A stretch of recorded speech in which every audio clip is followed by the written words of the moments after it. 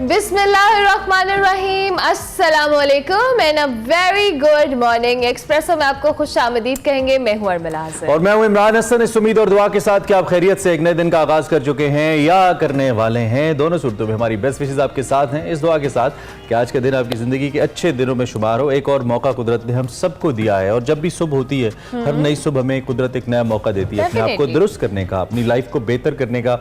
और एक चीज़ मैं हमेशा कहता हूँ कि आज आपकी और मेरी बकिया जो ज़िंदगी है उसका पहला दिन है, सो अच्छे से स्टार्ट करते हैं। अच्छे से स्टार्ट होना चाहिए और इसके साथ साथ सेकेंडली आपने कहा कि एक नया चांस होता है। बहुत सारी ऐसी चीज़ें होती हैं जो हमारी ज़िंदगी भर हमारी प्लानिंग का हिस्सा होती हैं, तो उनकी तरफ एक स्टेप आपको मज़ीद बढ़ाने का भी मौका मिलता है। ऑब्वियसली आपने अपने लिए कुछ सोचा होता है, आपके टारगेट्स होते हैं, गोल्स होते हैं, कुछ रेजोल्यूशंस होती हैं जो आप साल के आगाज़ में करते हैं। और मुझे लगता है अब तो साल एंड होने वाला है, आपकी रेजोल्यूशंस पूरी हुई है नहीं? ये तो खैर जब दिसंबर स्टार्ट होगा तब हम आपसे पूछेंगे। पता नहीं, अब तो रेजोल्यूशंस भूल ही गए हैं। हाँ, याद ही नहीं रहे। नए साल ऐसे है 2023। हर नया साल जब आता है तो उम्मीद यही होती है कि आसानियां आएंगी जिंदगी में, अच्छा होगा। लेकिन हर नया साल कुछ ऐसा साथ लेके आता है कि पिछला साल अच्छा लगने लग जाता है, चैलेंजेस होते हैं, चैलेंजेस बढ़ जाते हैं। लेकिन this is what you call life. जी, आपने और मैंने अपने हिस्से का जो सांसों का कोटा है वो तो पूरा करना है, तो वो तो हमने जीना है। तो बेहतर है कि हम इन चीज़ों से स्ट्रगल्स के साथ साथ लड़ते हुए और इनको मुकाबला करते हुए इनका हम जिए, बजाय इसके कि हम गिव अप करें, मायूस रहें और फिर मायूसी में अपने आप को रोलते और ख़त्म करते चले जाएं। बेहतर है कि इसका मुकाबला किया जाए अच्छी प्लानिंग के साथ और बेहतर यकीन के साथ, पॉजिटिव माइंडसेट के साथ। और क्या हल भी क्या है इसके अलावा। आगे बढ़ते हैं, शो शुरू करें। ज्यादा हो गया, बहुत डीप बातें हो गई, हम दोनों कहीं दूर चले गए बातें करते। बहुत डीप बातों में चले गए। लेकिन एज यूजुअल हमारे पास क्रिकेट है। क्रिकेट में आज अच्छी खबर है, लेकिन उससे पहले कुछ हमने खबरें आपके साथ सोचा कि शेयर कर ली जाए। जी, गैर कानूनी तौर पे मुकीम गैर मुल्कियों के लिए पाकिस्तान छोड़ने की जो मोहलत है वो आज खत्म हो रही है। वजारत दाखिला हुक्काम के मुताबिक 3 अक्टूबर को जो दी गई डेडलाइन थी वो उसके बाद 1,04,481 पनाह गुज़ीन जो है वो वतन वापस जा चुके हैं, जबकि सिक्योरिटी फोर्सेस ने मैपिंग, जियो फेंसिंग से मशकूक अफराद की भी निशानदेही कर ली है। आज से जो गैर कानूनी तारकीन वतन है उनके खिलाफ एक्शन और उनकी जायदादें जब्त करने के हवाले से भी कार्रवाई की जाएगी। बिल्कुल, कुछ खबरें ये भी आ रही हैं कि कुछ लोगों को गिरफ्तार भी किया गया है। जो मुख्तलिफ होल्डिंग हाउसेस बनाए गए हैं वहाँ पे उनको पहले ले जाया जाएगा और फिर मुल्क बदर किया जाएगा। जी, मुख्तलिफ जगहों पे तकरीबन 49 ऐसे हैं मकामात बनाए गए हैं। तारकीन वतन को पनाह देने वाले जो शहरी हैं उनको भी खबरदार किया हुकूमत है कि भाई सहूलतकारी ना कीजिए, बल्कि ये तो आपका एक कौमी रोल है। अगर और पाकिस्तान हुकूमत ने वाज़ेह तौर पे कहा है कि जो कानूनी तौर पे मुकीम हैं या जिनके पास कुछ कागजात मौजूद हैं उनको उनके साथ छेड़ाछाड़ी नहीं की जाएगी। लेकिन कल बड़ा इंपॉर्टेंट एक कंसर्न पार्लियामेंट में उठाया गया और वो ये था कि इन तारकीन वतन को भेजने की मद में कुछ लोगों के साथ कहीं ज्यादती तो नहीं हो रही, किसी की ज़मीनों पे तो कब्जा नहीं हो रहा जिन लोगों की पहले से मौजूद है। तो आई बिलीव कि स्टेट इस बात को भी श्योर करे कि किसी के साथ ज्यादती ना हो। अगर गैर कानूनी है तो डेफिनेटली वो वापस जाए, लेकिन कानूनी तौर पे जो मुकीम अफराद हैं वो इसका शिकार ना हो, क्योंकि हमारी ऐसी रिवायात नहीं है, बाज़ औक़ात ये मसाइल पैदा हो जाते हैं। तो मुझे उम्मीद है कि ये फ़र्क रवा रखा जाएगा और बड़ा ट्रांसपेरेंट तरीके से क्योंकि जैसे कल भी जो हमारे पास निगरान वज़ीर दाखिला थे वो हमारे शो में भी ब्रिगेडियर साहब कह रहे थे कि जो गैर कानूनी तौर पर उनके खिलाफ एक्शन होगा, जिनके पास डॉक्यूमेंट्स हैं, प्रॉपर चीजें, उनकी डॉक्यूमेंटेशन कंप्लीट है, उनको किसी तौर भी तंग नहीं किया जा रहा। और जहां तक स्टेट की जिम्मेदारी है, ऑब्वियसली इट्स देयर रिस्पांसिबिलिटी, क्योंकि वो इतने सालों से यहाँ मुकीम है। अगर कोई जिसके पास प्रॉपर नेशनैलिटी या दीगर चीजें, जो भी मामला डॉक्यूमेंटेशन है, उसके साथ उनके साथ इस तरह का कोई सलूक नहीं होना चाहिए। इस बात को मेक श्योर किया जाना चाहिए कि ये लोग इनके साथ ज्यादती ना हो। और जो ऑब्वियसली मसाइल हैं वो तो अपनी जगह है ही। इस पे इन डिटेल भी हमने आगे जाके हम बात करेंगे, बल्कि मुख्तलिफ शहरों से आपको आगाह करेंगे, मुख्तलिफ रिपोर्टर्स के जरिए विल ट्राई कि आपको बताएं कि क्या हो रहा है। इससे पहले कि हम आगे बढ़े, एक और ज्यादती जो नहीं होनी चाहिए वो हमारे कप्तान के साथ नहीं होनी चाहिए, बाबर आजम के साथ नहीं होनी चाहिए, हमारी टीम के साथ नहीं होनी चाहिए, उन लड़कों के साथ नहीं होनी चाहिए जो अपना बेस्ट दे रहे हैं, जिनकी सिलेक्शन ऑन मेरिट है। कल प्रूफ किया पाकिस्तान टीम ने। और याद है मैंने आपको कल कहा था कि हम वापस आएंगे और बहुत अच्छे तरीके से आएंगे और बड़े कॉन्फिडेंस के साथ हम वापस आए। अब मसला ये होता है कि जब हम मैच जीत जाते हैं ना तो आपके और मेरे जैसे शायकीन फिर कहते हैं ये तो जी छोटी टीम थी, कौन सा रंग लगा लिया आपने जीत के। हम ही कह रहे होते हैं ना। अब भाई छोटी इसी टीम से हार जाते तो मैं और आप बैठ के तनकीद कर रहे होते कि देखें जी इस टीम से हार गए। तो बात ये भाई जीत होती है। और कल फखर जमान को क्या हुआ था, कोई मुझे ये समझाए कल इनको क्या हुआ था? द बेस्ट पार्ट वाज फखर जमान। मतलब क्या हुआ था? कल के एपिसोड का नाम होना चाहिए फखर जमान रिटर्न्स। एक डिस करके ड्रॉ चलना चाहिए। कल वैसे अपनी भरपूर फॉर्म में नजर आए, 7 छक्के फखर जमान ने। अच्छा, उससे भी बढ़ के वो जो 7 छक्कों की क्लास थी ना, और जिनने लंबे लंबे छक्के मतलब परेशानी होगी। मैंने कहा इन्होंने आज क्या खाया। मुझे लगता है वो कल मैं खबर देख रही थी कि इनकी ना डाइट में बिरयानियों की जगह अंडे और इस तरह की चीजें शामिल कर दी गई है। तो मुझे लगता है प्लेयर्स पे जरा असर हुआ है। अल्लाह करे, खाने पीने जरा ध्यान रखें नाजरीन, ये बहुत जरूरी है। इसीलिए जो ना पंजाबी जो कहते हैं कुड़वल, और बहुत से लोगों ना ये जो मसल पुल हो जाता है ना, हर थोड़ी देर के बाद मैं देखता हूँ 6 ओवरों के बाद हमारा एक प्लेयर गिरा होता है। तो ये उन्हीं बिरयानियों का असर है। ये बिरयानियां खत्म होनी चाहिए। आप अच्छी बात करें ना, देखिए लगातार 4 मैच हारे हम, उसके बाद अब जीत के ट्रैक पे वापस आए। अब बांग्लादेश को हराकर जी वर्ल्ड कप के सेमीफाइनल में जो पहुंचने की उम्मीदें वो जिंदा हुई है। मतलब अभी है नहीं, जिंदा हुई है। उनको थोड़ी सी ऐसा जैसे ना वो कुछ हुआ है। कोलकाता के ईडन गार्डन स्टेडियम में जी पाकिस्तानी बैटर्स ने बांग्लादेशी जो बॉलिंग लाइन है उसके बखिए उधेड़ के रख दिए। 205 रन का हदफ था, 33वें ओवर में अबूर कर लिया। ओपनर्स की बात करें तो 128 रन की पार्टनरशिप कायम की। फखर जमान ने जैसे इमरान सेठ के 7 छक्कों और 3 चौकों की मदद से 81 रन की इनिंग्स खेली। अब्दुल्ला शफीक ने 68 रन स्कोर किए, 2 छक्के और 9 चौके लगाए, जबकि कप्तान बाबर आजम 9 रन बना सके। एक बार फिर सीधा छक्का लगाने के चक्कर में आउट हो गए बाबर आजम। मुझे फिर रजाक याद आ गए यार। रजाक ने बड़ा हम सवाल उठा दिया कल। बाबर बस वो अल्लाह करे ऐसा ना हो जैसा वो कह रहे हैं। मैं तो टेक्निकल आदमी नहीं हूं, बट उन्होंने कहा जी खैर नो तनकीद। मोहम्मद रिजवान और इफ्तिखार अहमद ने 17 और 26 रन बिलतरतीब बनाए। शाहीन शाह अफरीदी आप कल बड़ी जबरदस्त क्लास में, और एक विकेट जो कल शाहीन ने ली, आमिन दिल ले गए हमारा।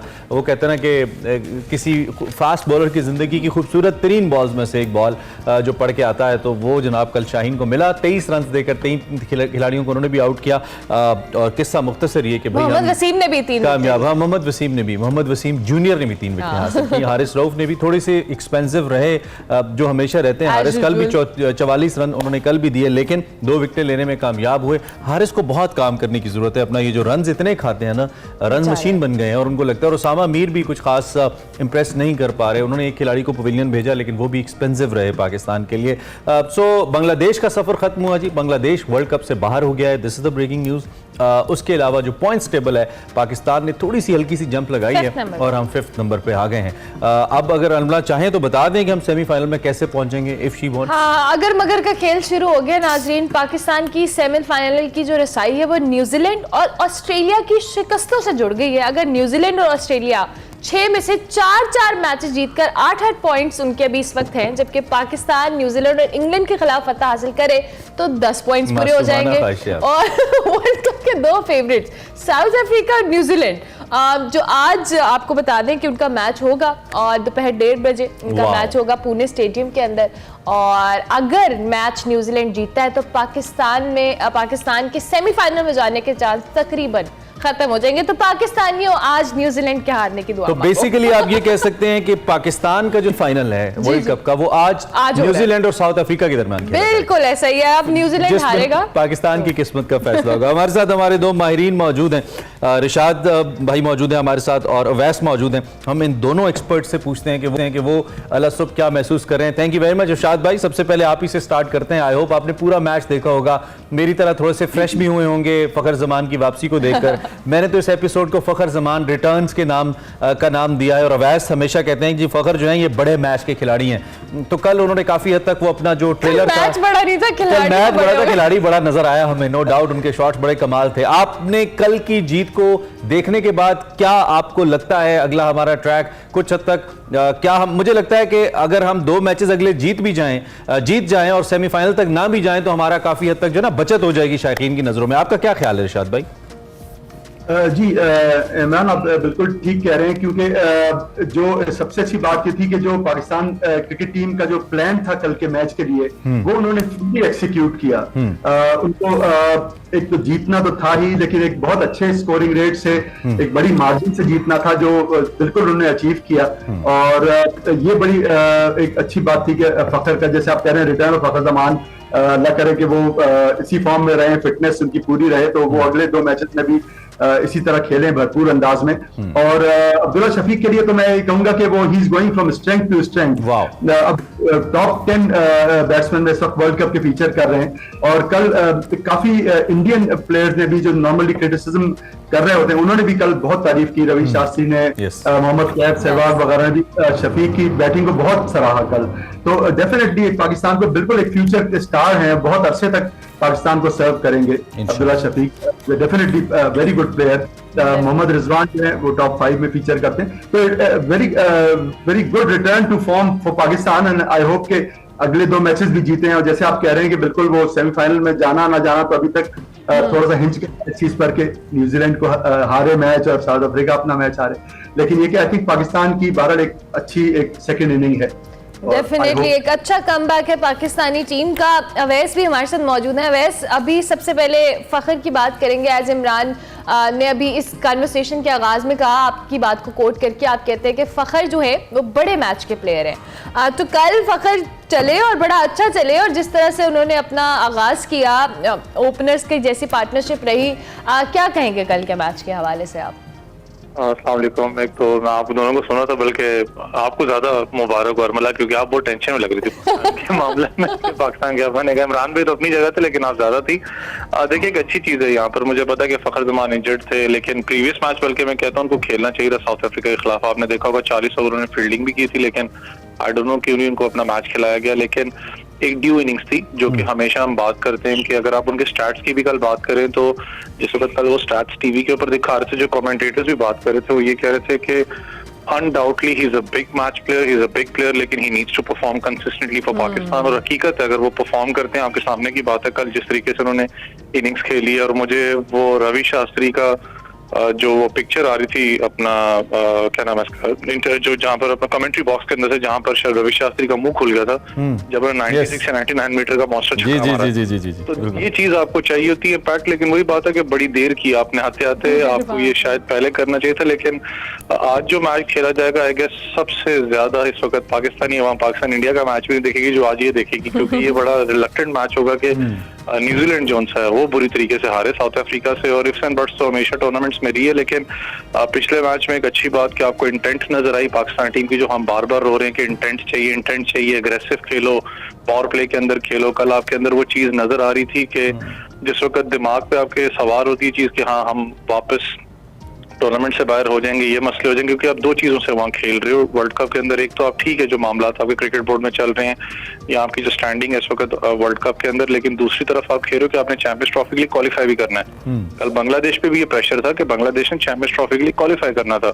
अब श्रीलंका जो न्यूजीलैंड का मैच होगा, उसमें श्रीलंका पे ये प्रेशर होगा कि हम अगर हारते हैं वो मैच तो हम जो अपना चैंपियंस ट्रॉफी के लिए डिस्क्वालीफाई हो जाएंगे, हमने क्वालिफाई करना है। तो ये बड़ा ट्रिकी सिचुएशन है सुपर टीम्स के लिए कि उन लोगों ने कहीं ना कहीं दिमाग में ये भी चीज रखनी है, क्योंकि न्यूजीलैंड ने खेलना है साउथ अफ्रीका, श्रीलंका, पाकिस्तान से, तो उनके दिमाग में श्रीलंका के भी ये होगा कि हमने इसलिए हराना है इनको क्योंकि हमने चैंपियंस ट्रॉफी के लिए क्वालिफाई करना है। तो बड़ी ट्रिकी सिचुएशन है इस वक्त, लेकिन ऑल द बेस्ट आज साउथ अफ्रीका के लिए। पाकिस्तान आप कह रहे थे ना कि न्यूजीलैंड को बुरे तरीके से हारना है, तो मैं कहने लगा था जैसे पाकिस्तान इंडिया से हारा था, इतने बुरे तरीके से या उससे भी थोड़ा और बुरा चाहिए हमें। रिशाद साहब, ये एक अच्छी पिक्चर एक पॉइंट्स टेबल की हमारे सामने वैस ने रखी है। If you ask me as a cricket spectator, मैं तो कोई हिसाब किताब के चक्कर में पढ़ नहीं रहा हूं, क्योंकि मुझे लगता है कि अच्छी क्रिकेट जो टीम खेल रही है उसको आगे आना चाहिए। पाकिस्तान ने अच्छी क्रिकेट नहीं खेली तो पाकिस्तान डिजर्व नहीं करता। अगर अफगानिस्तान ने अच्छी क्रिकेट खेली है किसी दूसरी टीम में तो वो डिजर्व करते हैं। आपका क्या ख्याल है इसके ऊपर? जी, I absolutely agree. Of course merit पे टीम्स को आगे आना चाहिए, लेकिन ये कि ये भी एक बात है कि एक जीत जो है वो पूरे एटीट्यूड और पूरे अप्रोच में एक टीम के बड़ा मेजर डिफरेंस डाल देती है। तो ऐसा जीत जो पाकिस्तान की बांग्लादेश की है वो ओवरऑल सारे प्लेयर्स के लिए साइकोलॉजिकली एक बहुत बड़ा बूस्ट साबित होगी। और जिस तरह से शाहीन आफरीदी का आपने बिल्कुल तारीफ की, और माशाल्लाह he is the number 1 fast bowler in world cup, is topping the charts, that's a great thing. कि उनके ऊपर यहाँ तनकीद भी हुई है, वहां पे भी कि उस लेवल की बॉलिंग नहीं कर रहे हैं, लेकिन वो इस वक्त नंबर 1 बॉलर है पूरे वर्ल्ड कप के फास्ट बॉलर्स हैं बॉलर्स में। तो ये बहुत ही पाकिस्तान के लिए एक अच्छा साइन है। रिशाद भाई, कल जो बाबर आजम वंस अगेन, वो एक अब्दुल रज़ाक ने उन पर तनकीद की थी, सीधा छक्का नहीं मार सकते। कल आते ही उन्होंने अपने जो सिग्नेचर स्ट्रोक्स हैं जो यूजुअली बाबर खेलते हैं आते हुए और बड़े कॉन्फिडेंस से खेलते हैं, one of the best in the world, कल उसके बजाय उन्होंने ऑप्ट किया कुछ डिफरेंट जाना और फिर वही हुआ जो नहीं होना चाहिए था। इस पर क्या कहेंगे आप? जी हाँ, ये देखिए बहरहाल चाहे कुछ भी आप कह रहे हैं, इस वक्त बाबर पे कैप्टनसी का बहुत प्रेशर है। ऑफ कोर्स उन पे जो तनकीद भी हो रही है, और पाकिस्तान की जो इस वक्त जो पोजीशन है वर्ल्ड कप में, तो नेचुरली उसका बहुत प्रेशर है बाबर पे। एक इंसान है, बहरहाल वो उनके जहन पे कई फैक्टर्स प्ले कर रहे होंगे, तो ये चीज है। लेकिन ये कि मैं नहीं समझता कि बाबर की कोई ये वीकनेस है कि सीधा छक्का नहीं मार सकते। उन्होंने पहले मैचेस में, इवन टेस्ट मैचेस में भी बहुत अच्छे अच्छे शॉट्स ऑन ड्राइव पे मारे हैं और बहुत ही परफेक्टली एक्सिक्यूट किए हैं। तो वो वर्ल्ड क्लास प्लेयर है मेरा ख्याल है। वो उनके लिए ये कोई स्ट्रोक कोई शॉर्ट कमिंग नहीं है, और वो it's just one bad day जहां पे वो नहीं मार सके। तो आई थिंक कोई वो नहीं है, ठीक है, बड़ी बात नहीं है। वैसे do you agree Babar Azam पे, जैसे रिशाद साहब कह रहे हैं, ऑलरेडी बड़ा प्रेशर है, और जिस तरह की मीडिया में खबरें आ रही हैं, कुछ अभी स्क्रीनशॉट्स लीक हुए हैं, इस सब के बाद ऑब्वियसली कैप्टनसी का अपना प्रेशर है उनके ऊपर, टीम इतना अच्छा परफॉर्म नहीं करी, उसके बावजूद बाबर आजम की परफॉर्मेंस के हवाले से आप क्या कमेंट करेंगे? देखिए, हमेशा ही कहते हैं ना, बड़ा बॉलर या बड़ा बैट्समैन जो सा अपने जवाब जो सा बल्ले या बॉल से देता है, तो उनके जो स्टैट्स हैं आईसीसी ने भी उनको रिकॉग्नाइज किया हुआ है, तो he is one of the best. ठीक है, उनके ऊपर बैट पैच आ रहा है, मैं जरूर कहता हूँ कि अभी भी उनसे एक इनिंग्स ड्यू है, बल्कि पूरी ड्यू है, क्योंकि वर्ल्ड कप में कुछ ऐसा वो परफॉर्म नहीं कर पाए। लेकिन बैट पैचेस सब प्लेयर्स पे आते हैं। लेकिन आप भी इस चीज को रियलाइज करें, एक बंदा अपना कैप्टन हो, पाकिस्तान टीम सिचुएशन खराब हो, और आप बाहर बैठ के जो लगा हुआ है, कुछ बकवास लगा हुआ है, बल्कि मैं कहूँगा पाकिस्तान क्रिकेट बोर्ड में और खास करके चेयरमैन जो हालात अपना बने हुए इस वक्त, तो वो डिस्टर्ब करता है टीम के कैप्टन का मोराल भी। क्योंकि देखें ना, वो एक उस मर्च में, मैंने आपको क्या कहा है कि आप लोग, आपको ठीक है, आपने परफॉर्मेंस बहुत बुरी दी, हम भी कहते हैं कि टीम डिजर्व नहीं करती, लेकिन आपके दिमाग में वो भी चीज चल रही है। फिर आपके दिमाग में माशाल्लाह से हमारे जो 2 दिन बल्कि टेप बॉल के मैच नहीं खेले, तो जर्नलिस्ट उनसे क्रिकेटर्स जो बन जाते हैं, वो बैठ के कहते हैं जी motor mechanic sir, motor mechanic, वही कह रहा हूँ ना, मोटर मैकेनिक, यहाँ वो बैटरी की दुकान पे होते हैं, काम करे तो उनको जर्नलिज्म का कार्ड दिया जाता है। वो कह रहे होते हैं जी अपना, ये हमारा भी अलमिया, और ये उन चैनल्स का भी अलमिया है जो ऐसे लोगों को बतौर तजियाकार बिठाते हैं, प्राइम टाइम पे बिठाते हैं। That's the worst part. ये हमारे ऊपर भी, अगर मेरी क्वालिफिकेशन नहीं है, मेरा तजर्बा नहीं है, मेरी डिग्रीज इस चीज को सपोर्ट नहीं करती और तजर्बा, तो मेरा कोई राइट नहीं है कि मैं बैठूं। देखें इमरान भाई, द बिगेस्ट थिंग इज, देखें ठीक है, आप क्रिकेट को फॉलो करते हो, आप क्रिकेट पर लिखते हो, अगर आप राइटर हो क्रिकेट के, अगर देखो क्रिकेट खेलना और क्रिकेट को समझना दोनों डिफरेंट चीज है। आप क्रिकेट खेले हो तो मुझे समझ में आती है कि तुम तनकीद जिस चीज पे कर रहे हो वो बात ठीक है बिल्कुल, लेकिन 2 चीजें हैं यहाँ पर। बाबर आजम के शायद दिमाग में ऑब्वियसली वो चीज बैक एंड पे चल रही है, जो मामला चल रहे हैं इस वक्त क्या है क्या नहीं, लेकिन मैंने वर्ल्ड कप में एक चीज देखी है कि बाबर आजम शायद कुछ ज्यादा इम्प्रोवाइज शॉट्स को भी करना चाह रहे हैं, कुछ नई चीजें, जैसे होता है ना कि नई चीज को ट्राई कर रहे हैं। क्योंकि वैसे बाबर आजम ने पिछले मैच में भी आपने देखा होगा, जो कवर ड्राइव्स खेली थी 1-2, वो भी बड़ी जबरदस्त खेली थी कल के मैच में, जब स्टार्ट के अंदर हुआ है, जो उनकी कवर ड्राइव मशहूर है। फखर जमान का भी इशू था। फखर जमान का इशू जो रहा है, जो मैं अपने शोज करता हूँ, जिनके साथ मैं बैठा हूँ क्रिकेटर्स के साथ, जो पाकिस्तान टीम के हेड कोचेस रहे हैं, वो कहते हैं कि फखर का इशू ये होता है कि इसके ऊपर आप काम करते हो टेक्निक पे, 2 महीने करो, 1 महीने काम करो, बहुत जबरदस्त टेक्निक हो जाती है इसकी।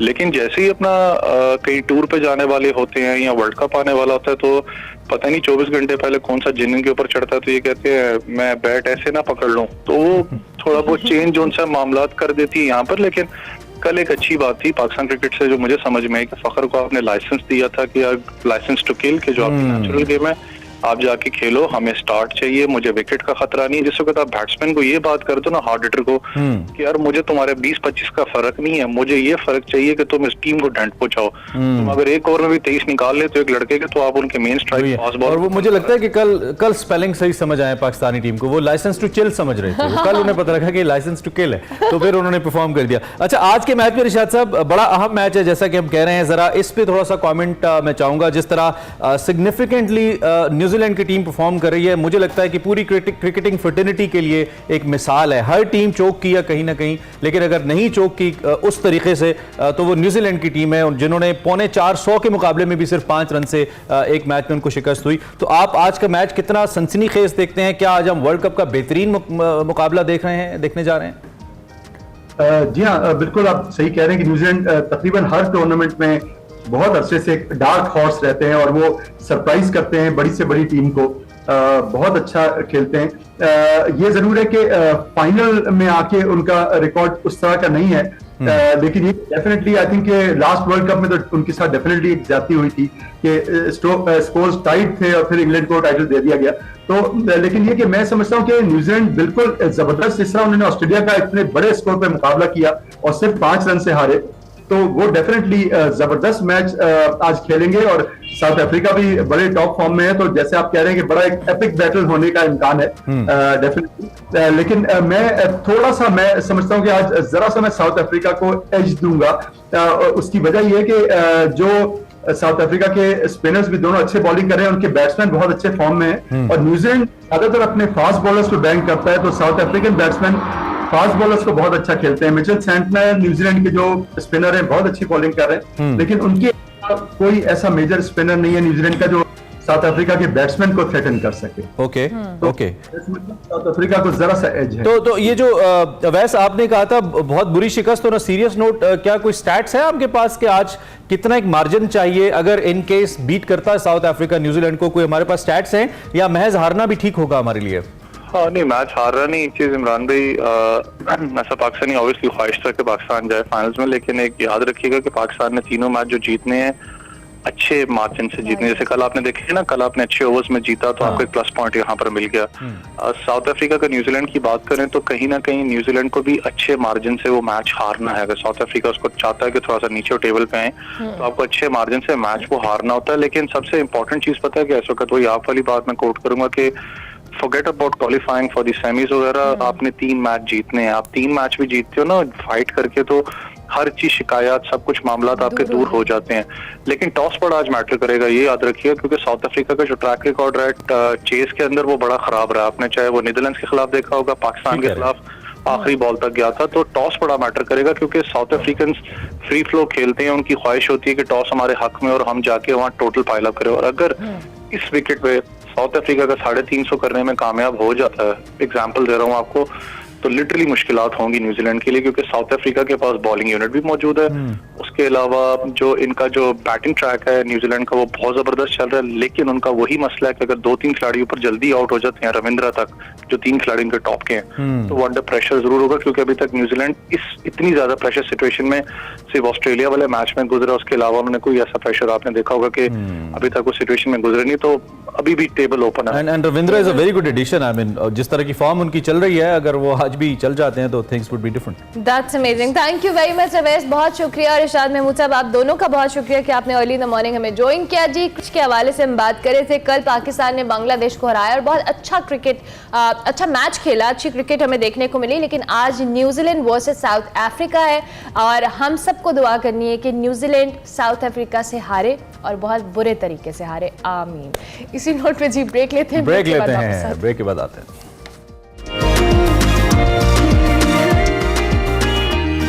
Welcome back to Expresso. अब कुछ जिक्र करते हैं, वफाकी हुकूमत ने हमारी उम्मीदों पे पानी फेरा। पानी तो पता नहीं फेरना कहना चाहिए नहीं, लेकिन मुझे बड़ी उम्मीद है कि शायद 10, 12, 15 रुपए का और रिलीफ हमें मिल जाएगा पेट्रोलियम प्राइसेस में। लेकिन जो ग्लोबल सिचुएशन है, मुझे लगता है कि वो असरअंदाज हो रही है। खासतौर पे जो गजा वॉर है, इसका बड़ा असर हो रहा है। यूक्रेन वॉर के बाद अवाम को रिलीफ देने के दावे तो करती रही हुकूमत, बेहतरी के आसार तो दिखाई दे रहे हैं। रुपए की कदर में भी गुज़िश्ता दिनों हमने देखा कि कुछ कमी वाक़ई हुई। डॉलर की उड़ान थोड़ी पहले रुकी फिर बढ़ी, ये सिलसिला थोड़ा जिगजैग चल रहा है। गुज़िश्ता रोज़ जो इंटर बैंक में डॉलर का भाव है, इसमें 52 पैसे का इजाफा हुआ। एक अमरीकी डॉलर की इस वक्त जो कीमत है वो पाकिस्तानी 281 रुपये 47 पैसे है। और अगर ओपन मार्केट में इसी भाव की बात करें तो ये तकरीबन 283 रुपये। द बेस्ट पार्ट इसकी जो डिफरेंस है दोनों का, ओपन मार्केट का और रेगुलर मार्केट का, वो काफ़ी कम हो गया, जिससे पहले बहुत ज़्यादा हद तक बढ़ चुका था और बड़ा हार्म कर रहा था हमारी इकॉनमी को। अक्टूबर का अगर हम जिक्र करें तो इसमें इंटर बैंक डॉलर जो है तकरीबन 6 रुपये 27 पैसे तक सस्ता हुआ है। दूसरी जानिब वफाकी हुकूमत ने गैस की कीमतों में इजाफे की मंजूरी दे दी है, यानी कि अगर आपका बुखार थोड़ा सा कम हुआ था या टेंशन थोड़ी कम हुई थी बिजली से, तो हम गैस से आपको देंगे वो टेंशन। ऐसे कैसे हो सकता है कि ना दें? अब इसका इतलाब भाई 1 नवंबर से होगा, तो आपका जो नवंबर का बिल आएगा उसके लिए उसको जरा ध्यान से देखिएगा, पहले पानी शानी पी के देखिएगा थोड़ा। बिल्कुल, नोटिफिकेशन है जी, महाना 25 से 90 मीटर तक जो गैस के प्रोटेक्ट सार्फिन के लिए कीमत नहीं बढ़ाई गई, ताहम प्रोटेक्टेड सार्फिन के लिए फिक्स चार्जेस 10 रुपए से बढ़ाकर 400 रुपए कर दिए गए हैं। नॉन प्रोटेक्टेड घरेलू सार्फिन के लिए गैस की कीमत में 172% से ज्यादा इजाफा कर दिया गया है। और गुज़िश्ता रोज निगरान वफाकी वजीर तवानाई मोहम्मद अली ने इस्लामाबाद में प्रेस कॉन्फ्रेंस में कहा कि गैस की कीमतों में इजाफे की उन्होंने अफादियत बताई है और कहा है कि पिछले 10 सालों में गैस ज़खायर कम हो रहे हैं और आज 1000 अरब रुपए से कम की गैस और ऑयल हम निकाल रहे हैं, क्योंकि जो गैस की मकामी पैदावार है वो कम है और दूसरी जानिब RLNG की दरामद करनी पड़ती है। मकामी सतह पर ज़रूरत पूरी करने के लिए 210 अरब डॉलर अदा करने पड़ते हैं और रवा माली साल भी कीमतें ना बढ़ाते तो 400 अरब का नुकसान होता। तो गैस की कीमतें नाजरीन बढ़ गई हैं और इसका इत्तलाक 1 नवंबर से होगा। बिल्कुल। दूसरी जानिब कुछ पाकिस्तान के लिए करंट अकाउंट डेफिसिट की सूरत में जिसमें कमी हो रही है, दरामदात भी कम हुई है, महसूलात रेमिटेंसेस में कुछ बेहतरी आई है और सरमायाकारी भी कुछ मस्बत हुई है। तो आज इरशाद अंसारी साहब एक्सप्रेस रोजनामा में लिखते हैं कि कुछ आशारिये मस्बत हैं। माली साल की जो पहली सहमाही में इसमें कपास की फीस जो पैदावार है वो तकरीबन 126% बढ़ी है। एनाज ऑफ सेट तरसीलात ज़र, बरामदात और दरामदात के अंदर भी तवाज़ुन बेहतर हुआ है। हमारे साथ डॉक्टर खाकान नजीब मौजूद हैं। हमने खबरों की हद तक आपको बताया कि क्या चल रहा है, अब तज्जिए की हद तक ज़रा चलते हैं डॉक्टर साहब के पास। और ये जो डॉक्टर इकोनॉमी के भी हैं और ये कहते हैं ना कि एक फिजिशियन के तौर पे भी हम इनको लेते हैं इकोनॉमी के, टिप्स बड़ी अच्छे देते हैं जो कि हमें हेल्प करती है। डॉक्टर साहब thank you very much and सुबह खैर, आप कैसे हैं? ठीक ठाक हैं? Good to see both of you. I'm quite well, अल्लाह का शुक्र है। Thank you very much for joining us. हमने जो करंट सिचुएशन है और जो एक पिक्चर बन रही है वो तो आवाम के सामने रखी है। आप भी यकीनी तौर पे इन आशारियों को फॉलो करें। सबसे पहले तो हमें बताइए कि क्या इन आशारियों को इस वक्त इस हद तक मस्बत कहना दुरुस्त है और क्या अच्छा साइन है ये जो कुछ बारीक सी तब्दीली आई है और पॉजिटिव आई है? तो इमरान, आप दोनों ने एक आई थिंक अच्छी पिक्चर जो है इकोनॉमी की वो सामने रखी है। सो माइल्ड ग्रीन शूट्स हैं, इसका मतलब है कि माइल्डली खरीफ क्रॉप्स अच्छी आ रही हैं। लोगों के लिए ये सबसे ज्यादा इम्पोर्टेंट बात है। उससे थोड़ा सा जो प्राइसेस का फूड आइटम्स में तवाज़ुन है वो बरकरार रहेगा और आई एम होपिंग कि फूड इन्फ्लेशन जो है वो बहुत ज्यादा यहाँ से जो वर्स्ट है शायद उसका गुजार चुके हैं। So that's a good story. Petrol की प्राइसेस, अगर मिडिल ईस्ट का जो कॉन्फ्लिक्ट है वो वाइडन नहीं होता, अभी तक मार्केट्स इसको एक कन्फाइंड कॉन्फ्लिक्ट ट्रीट कर रही हैं। अभी तक मार्केट्स इसको ऐसा ट्रीट कर रही हैं कि ये सबसाइड कर भी जाएगा। सो इसमें जो ब्रेंट की कीमत बढ़ी थी वो वापस आ गई है अबाउट $87 के करीब। सो लेट्स होप कि this is how the international scenario plays out. आज फेडरल रिजर्व की भी मीटिंग है कि वो अपना जो मेरे ख्याल है लास्ट बिट पे है कि जो इंटरेस्ट रेट 0% पे था and we gone to 5.25%। So let's see कि वो क्या करते हैं इन्फ्लेशन को टेम करने के लिए। वो भी आई थिंक लास्ट हाइक पे हैं और उसके बाद आई थिंक इन्फ्लेशन दुनिया में भी थोड़ी सी इन 24 जो है टीम करना शुरू कर जाएगी। पाकिस्तान में एक चीज और अच्छी दिखाई दे रही है कि थोड़ा सा ऑफ टेक जो इंडस्ट्री का है वो जुलाई अगस्त में बेहतर हुआ है। हम नेगेटिव इंडस्ट्रियल ग्रोथ पे थे, हम थोड़ा सा पॉजिटिव हुए। सो थोड़ा सा जो इंडस्ट्री है उसने भी पिकअप शुरू किया है। These are important to discuss के in a very difficult macro scenario जिसमें हम हैं। हमारा जो एक्सटर्नल का चैलेंज है इमरान वो वहीं पे खड़ा हुआ है। आज भी $7.5 अरब के रिजर्व्स हैं। These are down from 8.7 billion जब IMF का प्रोग्राम हुआ और अब we've lost money. That's still very challenging. Commercial flows, bilateral flows, Geneva के $9 अरब ये सब रकूम जो हैं हम जुलाई अगस्त सितंबर में जुलाई में we were all right because IMF का प्रोग्राम हुआ $4-5 अरब आ गए, पर अगस्त एंड सितंबर flows have been slower. दोबारा कल से IMF की निगोशिएशंस शुरू हो रही हैं। मैंने हमेशा कहा है IMF से राह फरार नहीं है, हम इनहराफ कर नहीं सकते उनसे। लेट्स होप कि we have everything in place and things go smooth इंशाल्लाह। और आपने अभी खुद डॉक्टर साहब जिस तरह से कहा कि IMF के साथ हमारी नेगोशिएशंस दोबारा से शुरू हो रही हैं, तो ऐसी सूरत है जो भी आपने बहुत बेहतरीन अंदाज में इसको एक्सप्लेन भी किया कि जो हमारे इस वक्त हालात हैं इकोनॉमी के, लेकिन दूसरी जानिब आपको लगता है कि जो IMF की शराइत थी और जिस तरह से हम उन पे अमल दरामद करते आ रहे हैं will be able to satisfy IMF? जिस तरह के हमने महंगाई में भी ऑब्वियसली एक बहुत बड़ा इजाफा हुआ, फिर उसके बाद बिजली की प्राइसेस थी, अब गैस की प्राइसेस बढ़ी है। सो हाउ डू यू सी कि IMF को कुछ इन नेगोशिएशन में हम सेटिस्फाई कर पाएंगे अगली ताकि किस जारी हो? So Admila, this question is कि आप ये भी देखिए कि अगर हम थोड़ी देर के लिए ये मान लें कि हमें गैस तो बढ़ाना जो था वो आई थिंक लाजिम व मलजूम सा एक अमर था, पर बढ़ाना कब था? 1 जुलाई को, बिकॉज ओगरा ने अर्मिला अगर आप देखें तो जो नोटिफिकेशन की थी वो 1 जुलाई को की थी। IMF से एग्रीमेंट आपका ये था कि आप ओगरा की नोटिफिकेशंस को फॉलो करेंगे, लॉ ऑफ द लैंड ये है। आपने फिर इंतजार किया जुलाई, अगस्त, सितंबर, अक्टूबर, और आपने जब जिस दिन आई थिंक हमें काम करने का अपना अंदाज मुख्तलिफ करना पड़ेगा। मतलब 2 नवंबर को IMF ने आना है, 1 नवंबर को हमने वो जाके कीमत बढ़ाई जो हमें जुलाई में बढ़ा देनी चाहिए। Do you see how we work? फिर लोग कहते हैं कि IMF आपके साथ सख्ती करता है। मैं कहता हूं अपने साथ वो काम कीजिए, ये काम आपके हैं, आपने करने हैं, आपने मुल्क को ठीक करना है, अपने ठीक करना है। ये एक फर्क बहस है कि सेक्टर को ठीक करना एक फर्क बात है, इंडिजिनस गैस निकालना, पाकिस्तान के जो ये जो UFG लॉसेस होते हैं, यानी कि गैस जो जिसका हम पता नहीं कर सकते कि वो कहाँ चली जाती है, बिजली पे कस्टमर्स को शिफ्ट करना, एफिशिएंसी गैस अप्लायंसेस की बढ़ाना, ये तो सब एक फर्क बात है, ये भी हमारा काम है का। पर जो गैस पे रद्दोबदल है जो एग्री किया हुआ था वो उस दिन आकर किया। सो क्या IMF देखें, you know I have to be very careful with my words because मैंने बहुत इन डेप्थ में जाके देखा है कि where we stand with the IMF। सो हम ये भी नहीं चाहते कि हम यू नो हम एक बैलेंस्ड पिक्चर ये है कि हम कई अहदाफ पे 30 सितंबर के वी आर ऑल राइट। ये मालियाती खसारे पे भी, मॉनेटरी साइड पे भी 22% इंटरेस्ट रेट है हमने रखा हुआ है, कुछ करेंसी इन सर्कुलेशन भी कम हुई है।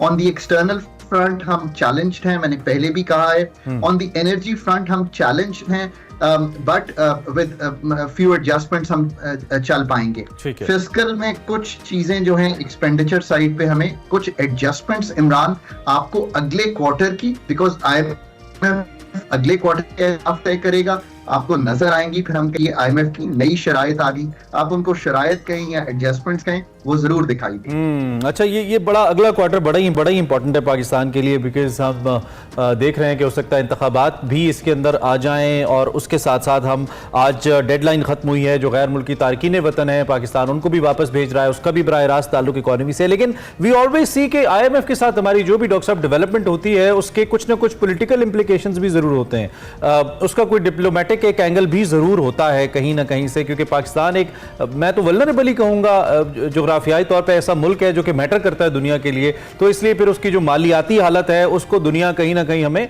उसको लेकर हमें इस्तेमाल भी करती रहती है। तो ये जो पाकिस्तान ने कुछ रीसेंट एक्शंस लिए हैं, फिर हम मिडिल ईस्ट वॉर को भी बीच में जरूर मैं चाहूंगा कि हम उस पर भी बात करें, उस पर भी पाकिस्तान का एक स्टैंड शुरू से रहा है, लेकिन इस वक्त मैं अगर कहूं कि somehow we are on a bit dormant mode as compare to the rest of the world और रेस्ट ऑफ इस्लामिक वर्ल्ड, तो भी शायद गलत नहीं होगा। तो आप इसको कैसे देखते हैं? क्या ये भी हमारी IMF के साथ नेगोशिएशंस के ऊपर ये जो 2-3 फैक्टर्स हैं ये भी असरअंदाज होंगे, आपको लगता है? तो एक तो आपको मालूम है कि मैंने हम नहीं है, तो let me make a comment, और हम इस कमेंट को आने वाले महीनों में डिस्कस करते रहेंगे। IMF is a necessary condition for Pakistan's prosperity, but it's not a sufficient condition for Pakistan's prosperity. This is extremely important. Necessary, अभी ये प्रोग्राम भी करना है, एक प्रोग्राम में हमें स्लाइड इन करना है as a new government takes over, वो 3 साल शायद प्रोग्राम होगा, और वो लॉन्गर टर्म पर मुहित होगा, वो पाकिस्तान का मोर फंडामेंटली रिफॉर्म ड्रिवन होगा, और फिर हुकूमत को खुद आकर बहुत ज्यादा अपने काम करने हैं अपने घर को ठीक करने के लिए। पर बहुत इंपॉर्टेंट जो बात है वो वही है जो अब आप कर रहे हैं कि economic diplomacy, international economic diplomacy Pakistan के लिए 2-3 तरीकों से बहुत जरूरी है। हम 25% अपनी इंपोर्ट जो है वो ऑयल, एनर्जी, पेट्रोलियम प्रोडक्ट्स की करते हैं। सो हमारा मिडल ईस्ट से क्लोज रिलेशनशिप, कभी हमें उसको डिफर्ड पेमेंट पे चाहिए होता है, कभी हम उनके साथ डिपॉजिट मांग रहे होते हैं। So that's an important relationship that we have to maintain. As we go along हमें कई अपनी डेट्स की रीप्रोफाइलिंग करनी है। हमारा चाइना के साथ रिलेशनशिप यहाँ पे बहुत इंपॉर्टेंट हो जाता है। हम 30 अरब डॉलर का डेट होल्ड किए हुए हैं। हमारा बिगेस्ट जो डेट है वो चाइना के साथ है बायलैटरल। याद रखिए कि इसके साथ जुड़ा हुआ है आपका IPPs का डेट, जिसको भी मैं कहता हूं कि रीप्रोफाइल करना चाहिए। उससे आपकी बिजली की कीमत 4 से 6 रुपए पर यूनिट ड्रॉप कर जाएगी। अगर if you can put some smart folks at the ministry of finance and energy and get it reprofiled with China. अब आप अगर ये दो चीजें ही देख लीजिए, अमेरिका IMF का सबसे बड़ा शेयर होल्डर है, that's a fact of life. मतलब लोग कॉन्स्पिरेसी थ्योरीज करते हैं, उसकी जरूरत नहीं है। अगर मुझे सही याद हो, इमरान 17% यानी कि 17% of IMF share holding is with the US। सो अगर मैं सबसे बड़ा शेयर होल्डर हूँ, कोई मेरी से तो होगी ना। अगर इतनी से हो कि मैं ये कहूँ कि पाकिस्तान अच्छा काम कर रहा है अपने रिफॉर्म पाथ पर, तो उस बोर्ड में वो स्वे होल्ड करेगा। इसी तरह चाइना, बाकी मुल्क जो हैं उस बोर्ड पे होते हैं। बहुत से लेवल पे ये निगोशिएशन हो रही होती है IMF के साथ। सो ऑब्वियसली जितनी आपकी इकोनॉमिक डिप्लोमेसी अच्छी होगी, उतना ही आपके चांसेस अच्छे हों। इकोनॉमिक डिप्लोमेसी, यस, ये बिल्कुल राइटली सेड डॉक्टर साहब। थैंक यू वेरी मच, आपने हमें ज्वाइन किया और बड़ा कॉम्प्रिहेंसिवली आपने मुख्तसर वक्त के सारी सूरत हाल का अहाता भी किया। भाई economic diplomacy is very important. कौन करेगा? जिसके पास पब्लिक सपोर्ट भी होगी और जिसका कुछ ना कुछ तजर्बा भी होगा कि दुनिया को कैसे इंगेज करना है पाकिस्तान जैसे, क्योंकि बाहर से पैसे तभी आएंगे जब अंदर की पिक्चर अच्छी होगी, और अंदर की पिक्चर तभी अच्छी होगी जब हम इंटरनल अपने डिस्प्यूट को साइड पर रख के मुल्की मफादात को तरजीह देंगे। आई होप कि आप समझ रहे हैं जो हम बात कर रहे हैं। इस पर हम बात करते रहेंगे। एक ब्रेक लेते हैं, ब्रेक के बाद आते हैं प्रोग्राम के बकिया हिस्से में आपको ज्वाइन करूँ।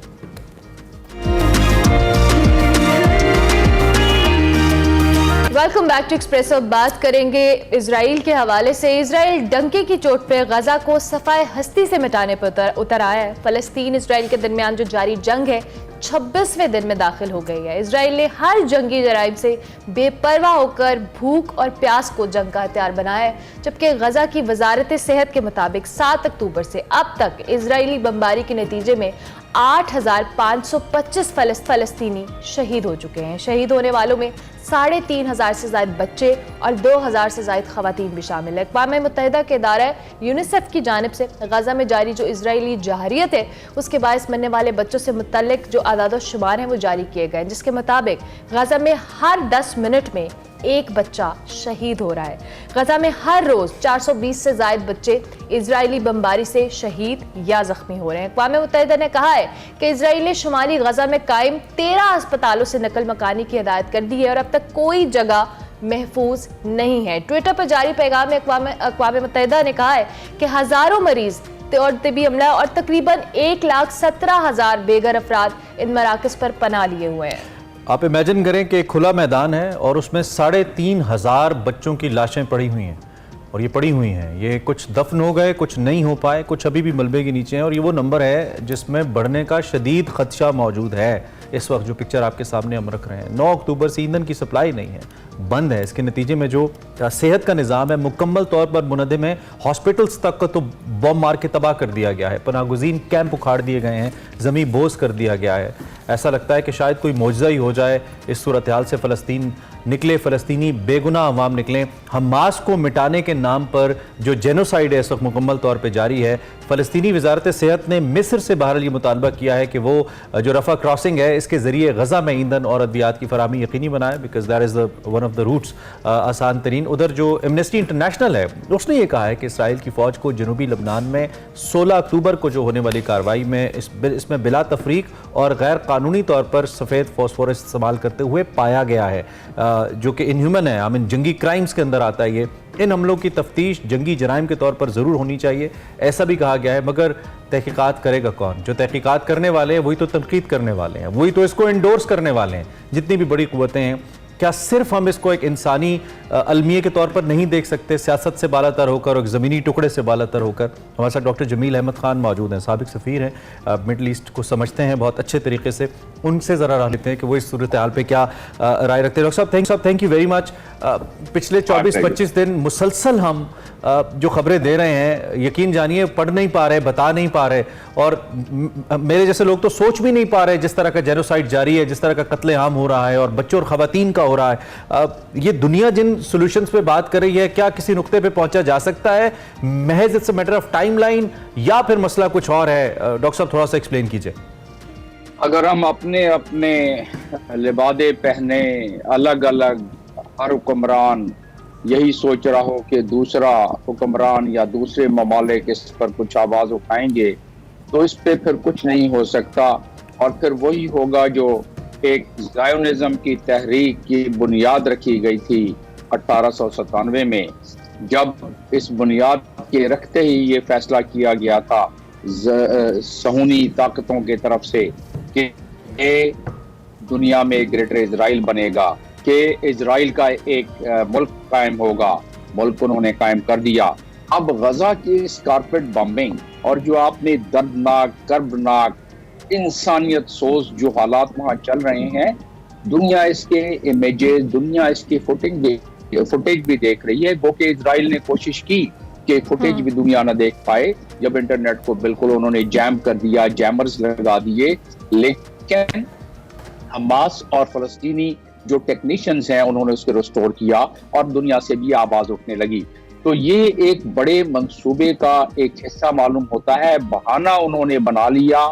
हमास ने जो एक्शन किया, अगर हमास को बिल्कुल दीवार से लगा दिया गया पिछले कई सालों से, तो हमास ने उस पर रिएक्शन किया जो कि इनोसेंट जानों को कोई भी तरफदारी नहीं कर सकता। लेकिन उसके बरक्स क्या दुनिया की 6.5 लाख फोर्स रिजर्व और तकरीबन 2 लाख रेगुलर फोर्स, तकरीबन 8.5 साढ़े 9 लाख फोर्स को एक छोटी सी टुकड़े के सामने लाके खड़ा कर दिया जाए और जमीन से, फिजाओं से, दरिया, समुद्रों से उस पर हमला करना शुरू कर दिया जाए, ये तो जब जिस प्रोपोर्शन से। और फिर कल एंटोनी ब्लिंकन कहते हैं कि ये इजराइल तो अपने दफा में उसको हक हासिल है दफा करने का, और यही वजह है कि सिक्योरिटी काउंसिल में करारदाद जंग बंदी की या इवन के ह्यूमैनिटेरियन कॉरिडोर की करारदाद पास नहीं हो सकी।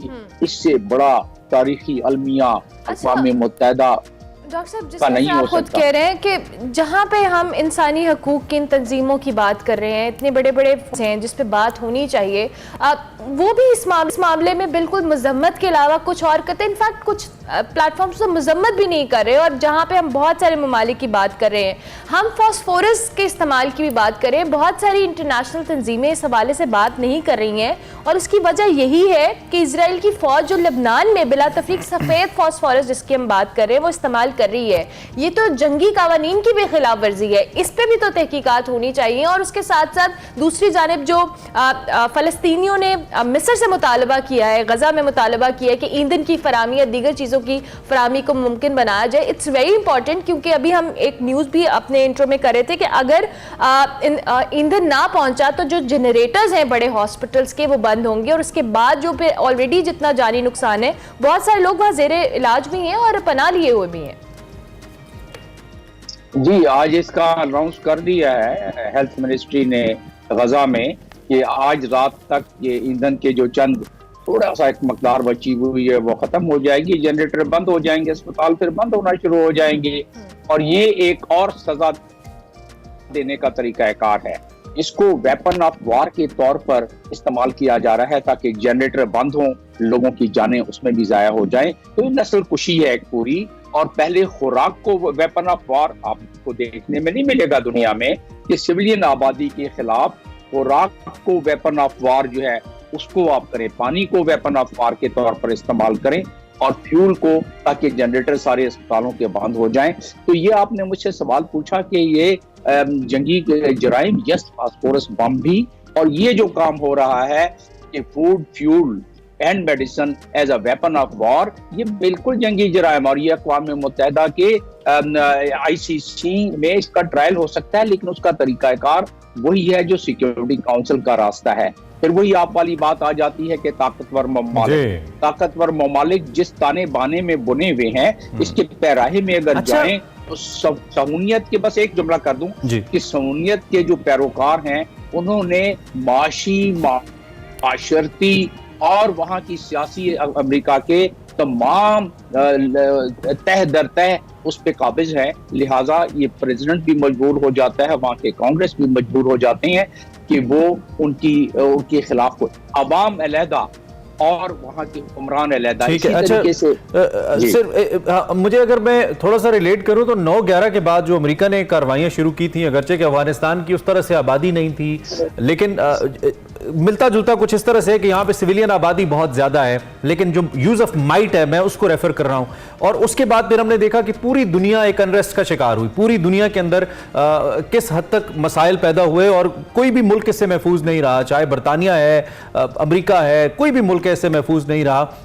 आपको नहीं लगता कि ये जिस तरह की सूरत हाल दुनिया में इस वक्त पैदा की जा रही है, चूंकि सिफारती सतह पे तो डॉक्टर साहब कम से कम मुझे बतौर एक तालिब इल्म कोई रास्ता नजर नहीं आता कि वहां से एक तहरीक आएगी या कोई 10 ममालिक इकट्ठे आएंगे और इसको वीटो कर देंगे और सिफारती तौर पर मुकाबला होगा। मुझे लगता है कि कहीं ना कहीं अवाम की जानिब से एक रिएक्शन इसके बाद आएगा और ये पनप रहा है लावा जिसको ये बना रहे हैं। अब जितनी भी शातें हो जाए, आपको नहीं लगता कि हम एक और बहुत बड़े अनरेस्ट को दावत दे रहे हैं? इसराइल इन्वाइट कर रहा है कि आने वाले वक्त में दुनिया का हम खतरे में पड़े।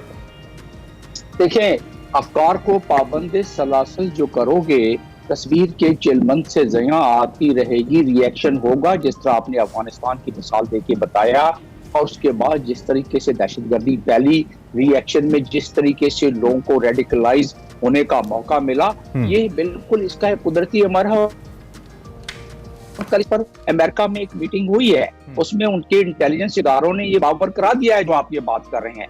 मैं सिर्फ एक जो बात पहले हो रही थी फास्फोरस बम की, उसमें न सिर्फ ये बल्कि डिप्लीटेड यूरेनियम का मामला भी वहां आएगा। इसलिए आएगा जितनी भी प्रिसीशन बम्बिंग होती है, बस्टर बंकर बस्टर इस्तेमाल होते हैं, उसमें यूरेनियम इस मकदार में इस्तेमाल होती है जो कि डिप्लीटेड यूरेनियम कहलाती है। और डिप्लीटेड यूरेनियम जी, तो वो 2-3 दहाइयों तक वहाँ के बच्चे जो हैं वो भी सफर करेंगे। ठीक है डॉक्टर साहब, टाइम हमारा बिल्कुल खत्म हो गया। तई मच आपने हमें ज्वाइन किया। डॉक्टर जमील अहमद खान अपना तज्जिया सूरत हाल पे सामने रख रहे थे। ब्रेक लेते हैं।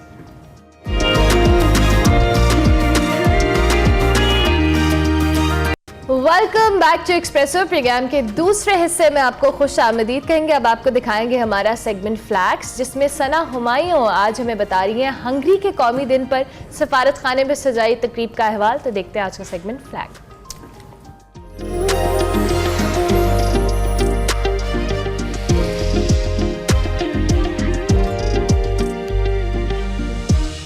हेलो और अस्सलाम वालेकुम, वेलकम टू फ्लैग्स के एक और एक्साइटिंग एपिसोड में आपको खुशामदीद कहती हूँ। आज मैं मौजूद हूँ एक ख़ास इवनिंग में जो कि सजाई है हंगरी एम्बेसी ने। डेफिनेटली आज उनका इंडिपेंडेंस डे सेलिब्रेट किया जा रहा है, जिसको सेलिब्रेट करने बहुत सारे एम्बेसडर्स और डिप्लोमेट्स यहाँ पर शिरकत कर रहे हैं। और आपको रहना पड़ेगा मेरे साथ ये जानने के लिए कि आज के इस इवेंट में और क्या क्या होने वाला है। अभी मैं मौजूद हूँ आज़रबाईजान के सफ़ीर के साथ, जो कि अपनी प्रेजेंस से आज के इस खूबसूरत इवेंट को और भी खूबसूरत बना रहे हैं। योर एक्सीलेंसी जनाब सफ़ीर, हमेशा आपसे मिलकर खुशी होती है। Thank you very much, madam. Thank you very much. And I would like you. मैं चाहती हूँ कि आप आज हंगरी के कौमी दिन के मौके पर हंगरी के लोगों के लिए कोई पैगाम दें, क्योंकि जब कोई भी अपना कौमी दिन अपने मुल्क से बाहर मनाता है तो इसके जज्बात ही अलग होते हैं। Different sentiment. I hope you can relate. Okay, today taken. आज इस खास दिन के मौका पर आपके चैनल के जरिए मैं हंगरी के तमाम लोगों को मुबारकबाद देना चाहता हूँ। हंगरी हमारा दोस्त मुल्क है और उनके लिए हम नेक तमन्नाओं का इजहार करते हैं। And we wish them all the best. Thank you very much. जबरदस्त, आप लोगों का कौमी दिन भी आने वाला है। Of course. जी बिल्कुल, बहुत जल्द। आप हमेशा हमारी तकरीबात में शरीक होती हैं और लाखों पाकिस्तानियों की नुमाइंदगी करती हैं। पाकिस्तान और आज़रबाईजान के अच्छे ताल्लुकात के बारे में लोगों तक आगाही फैलाने में आपके चैनल का कलीदी किरदार है। मुझे पूरी उम्मीद है कि आप हमारे कौमी दिन के मौका पर तकरीब में जरूर शिरकत करेंगी। और इस वक्त मैं मौजूद हूँ इटालियन एम्बेसडर अंद्रियास फेरारेज़े के साथ। योर एक्सीलेंसी, इट्स सच जनाब सफ़ीर, आपसे मिलकर बहुत खुशी हुई। And good to see you.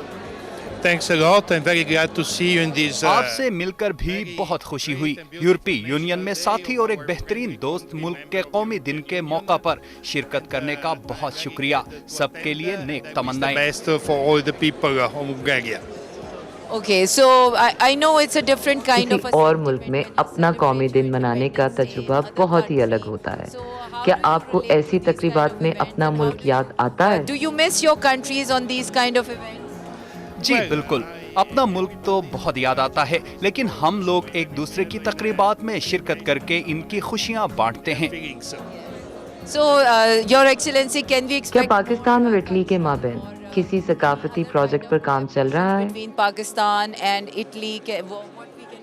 Yes, yes, we had two. जी बिल्कुल, हमने हाल ही में 2 जबरदस्त इवेंट्स का इनेकाद किया है। एक फोटोग्राफी पर था और दूसरा डिजिटल आर्ट पर। Event in the cuisine. Okay, wonderful. So enjoy your evening, Your Excellency. Enjoy too. और इस वक्त मैं मौजूद हूँ इथोपियन एम्बेसडर के साथ, जो कि यहाँ पर आए हैं हंगरी इंडिपेंडेंस डे सेलिब्रेट करने। योर जनाब सफीर, आपसे बहुत अरसे बाद मुलाकात हुई। आपके साथ पी हुई कॉफी मुझे अब भी याद है। कैसे हैं आप? Very kind and thank you very much. And it is. बहुत शुक्रिया। कॉफी इथोपिया में मोहब्बत की एक निशानी है। कॉफी के जरिए ही हम एक दूसरे से कनेक्ट होते हैं, लेकिन आप दोबारा हमारे सिफारत खाने नहीं आई। Please. Oh my God, I will definitely मैं come. जरूर आपके सिफारत खाने आऊंगी और कॉफी दोबारा पीऊंगी। जनाब सफीर, किसी और मुल्क में अपना कौमी दिन मनाना बहुत मुख्तलिफ होता है। आप आज के दिन की मुनासिबत से हंगरी के लोगों को क्या विश करेंगे? Look, people. मुल्कों की एक तारीख होती है। किसी भी मुल्क के लिए कौमी दिन इनकी तारीख में रूनुमा होने वाले वाकयात की याद ताज़ा करता है। जिस मुल्क में हम आज रह रहे हैं, हमारे बड़ों ने इसके लिए बहुत कुर्बानियाँ दी हुई हैं। इसलिए आज मैं हंगरियन हुकूमत और वहाँ के लोगों को मुबारकबाद पेश करता हूँ।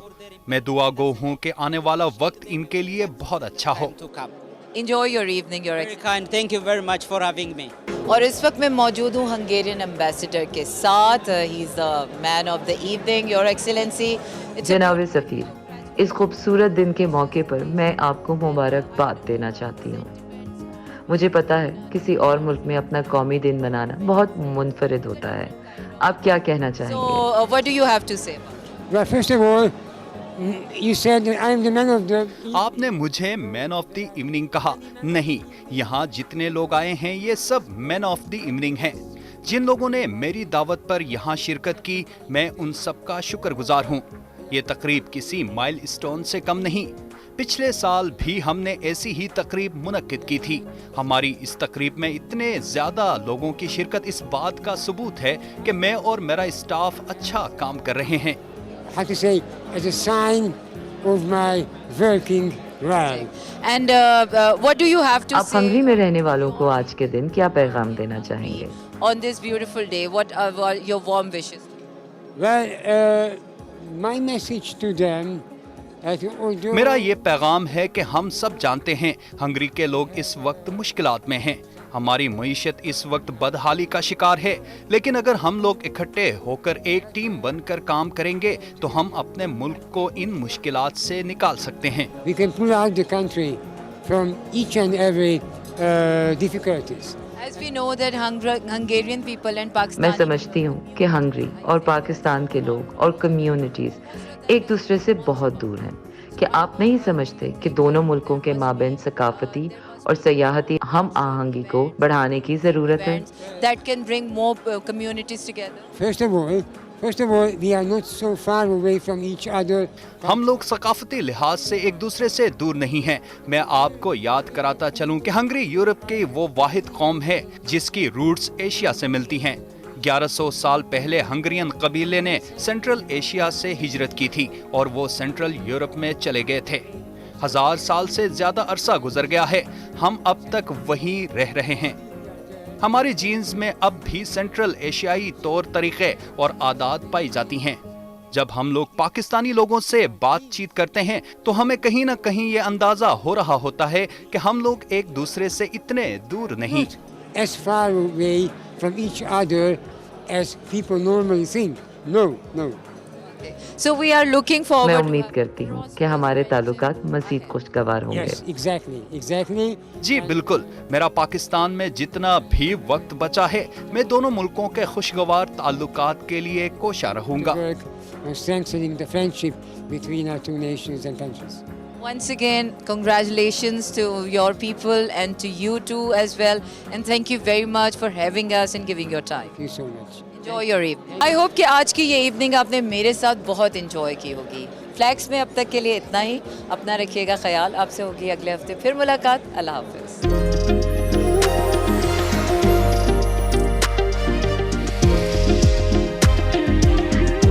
Welcome back. हमने प्रोग्राम के आगाज़ में बात की थी तारकीन वतन के हवाले से। गैर मुल्की जो तारकीन वतन है उनकी वापसी का सिलसिला, इनफैक्ट जो डेडलाइन हुकूमत ने दी थी वो ख़त्म हो गई है। आज से बाकायदा तौर पर क्रैकडाउन का आगाज़ हो रहा है, इनफैक्ट हो चुका है, और कुछ लोगों को इब्तदाई इत्तलात के मुताबिक गिरफ्तार भी किया गया है। And the important thing is जो इनके सहूलतकार हैं, ऐसे लोग जो कि सहूलतकारी कर रहे हैं, ऐसे लोगों के लिए उनके खिलाफ भी कार्रवाई की जाएगी। और कल से बाकायदा तौर पर अब जो ग्रैंड ऑपरेशन है इसका आगाज़ हुआ चाहता है। जो मैपिंग है, जियो फेंसिंग है, इसके जरिए मशकूक अफराद की निशानदेही कर ली गई है। बाकायदा तौर पर जो गैर कानूनी तौर पर मुकीम अफराद हैं उनको डिपोर्ट किया जाएगा। कुछ होल्डिंग सेंटर्स बनाए गए हैं, वहाँ पे ले जाकर फिर उनको बाकायदा तौर पर पाकिस्तान से बाहर भेज दिया जाएगा उनके रिस्पेक्टिव कंट्रीज़ के अंदर। हमने क्योंकि शुरू में बात की थी तो ज़रूरी समझा हमने कि इस वक्त शहरों की तफसीलात ले लें, कुछ हद तक एक पिक्चर हमारे सामने आ जाए कि मुख्तलिफ शहरों में ये एक्शन कहाँ तक पहुँचा है और ताज़ा तरीन इत्तलात क्या आ रही हैं। सो मुख्तलिफ हमारे नुमाइंदगान इस वक्त हमारे साथ मौजूद। बिल्कुल, कराची से आफ्ताब खान हमारे साथ मौजूद होंगे, पेशावर से विसाल यूसुफजई हमें ज्वाइन करके, कोयटा से नुमान अफजल हमारे साथ मौजूद होंगे। हमारे तीनों नुमाइंदों का शुक्रिया कि आपने हमें ज्वाइन किया। सबसे पहले विसाल, आपकी जानिब आएंगे, पेशावर की सूरत हाल के हवाले से बात करेंगे। ऑब्वियसली आज डेडलाइन का लास्ट डे है जिसमें तारिकीन वतन को वापस जाने के हवाले से हुकूमत की जानिब से डेडलाइन दी गई है। क्या सूरत हाल है इस वक्त ताज़ा तरीन? जी अरमला, जैसा कि आप जानते हैं कि जो तारिकीन वतन है 1 नवंबर उनका डेडलाइन था और उसके बाद क्रैकडाउन शुरू होना है।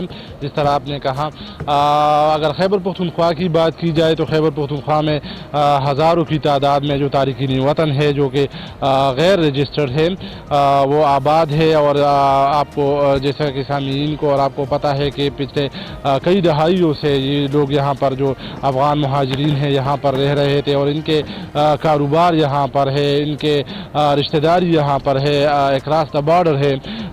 तो बहुत ज़्यादा यहाँ पर उनके रिश्तेदार भी है, लेकिन आखिरकार इन लोगों ने जाना है अपने वतन को आबाद करना। यहाँ पर खैबर पख्तूनख्वा हुकूमत ने 3 जो कैंप है वो बनाए हैं। एक तुरखम में कैंप बनाया हुआ है, एक यहाँ पर जहाँ मैं खड़ा हूँ ये नासरबाग कैंप है, और इसी तरह हरीपुर में भी एक कैंप बनाया गया है। इन नासरबाग कैंप में तकरीबन 10-12 के करीब जो नादरा के वीगल है वो यहाँ पर आए हुए हैं। इस तरह कस्टम के हुकाम भी है, FIA के हुकाम भी है, इंटेलिजेंस इदारों और एजेंसीज के हुकाम भी है, और जो गैर रजिस्टर मुहाजिरीन है, अफगान मुहाजिरीन है, उनकी रजिस्ट्रेशन शुरू हो रही है। अभी तक तो रजिस्ट्रेशन का अमल जो है वो अभी शुरू होगा और उनको रजिस्टर किया जाएगा। और खैबर पख्तूनख्वा के जितने इलाके हैं जहाँ पर गैर रजिस्टर अफगान मुहाजिरीन रह रहे हैं उनको इस कैंप में लाया जाएगा और इसके बाद यहाँ रजिस्टर करके फिर उनको तुरखम के रास्ते होता हुआ उनको अपने वतन वापस भेज दिया जाएगा। इन कैंप्स का इंफ्रास्ट्रक्चर क्या रखा गया है? क्या इन कैंप्स में इन कैंप्स का इंफ्रास्ट्रक्चर ऐसा है कि यहाँ ज्यादा देर तक रखने का इंतजाम है इन तारिकीन वतन को? और दूसरी बात यह कि क्या अब तक कुछ लोग लाए भी गए हैं, सिलसिला शुरू हो चुका है या अभी नहीं हुआ? इमरान, अभी तक तो चूँकि सुबह है अर्ली है तो अभी तक वो सिलसिला रजिस्ट्रेशन का शुरू नहीं हुआ। अलबत्ता जो जितने भी इदारे हैं, नादरा है, कस्टम हुकाम है, FIA है, उन्होंने अब जो ऑफिशियल है वो आए हुए हैं और वो बैठे हुए हैं। जब तक वो उन अफगान मुहाजिरीन को वीगल में नहीं लाया जाएगा और उनकी रजिस्ट्रेशन नहीं की जाएगी तो अभी तक अमल फ़िलहाल स्टॉप है।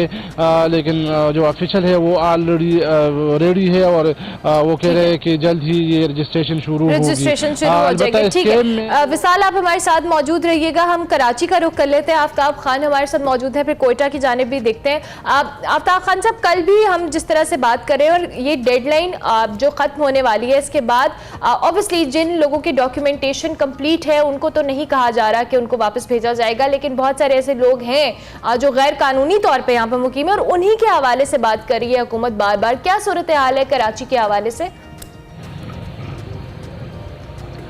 जी देखिए, जिस इलाके में मैं मौजूद हूँ ये सुल्तानाबाद का इलाका है, पुराना हाजी कैंप कहलाता है और यहीं पर जो है ये कैंप जो है इनका बनाया गया है। सिंध की अगर हम बात करते हैं तो कराची, इसके अलावा हैदराबाद और जैकबाबाद में ये तीन जो है वो सेंटर्स बनाए गए हैं, यानी होल्डिंग कैंप जहाँ पर इनको रखा जाएगा।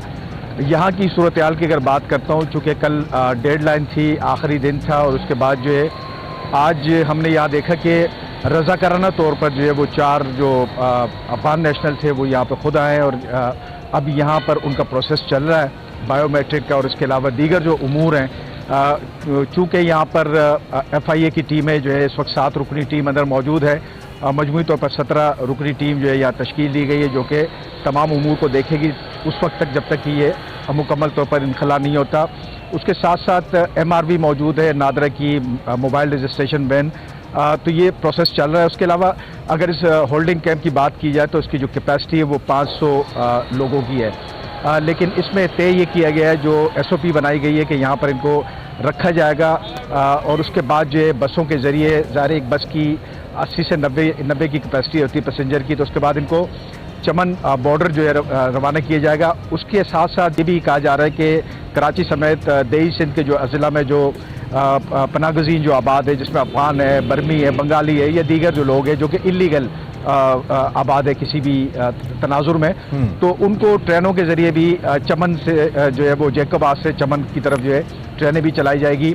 अब से थोड़ी देर बाद यहाँ पे वज़ीर आला सिंध जस्टिस रिटायर्ड मकबूल जो है उनका विज़िट भी मुतवक्के हैं। यहाँ पर इंतज़ामात जो हम देख रहे हैं, डिप्टी कमिश्नर्स की ज़ेर निगरानी तमाम तर अमल उस वक्त तक मुकम्मल किया जाएगा कि जब तक कि ये इनखला मुकम्मल ना हो जाए।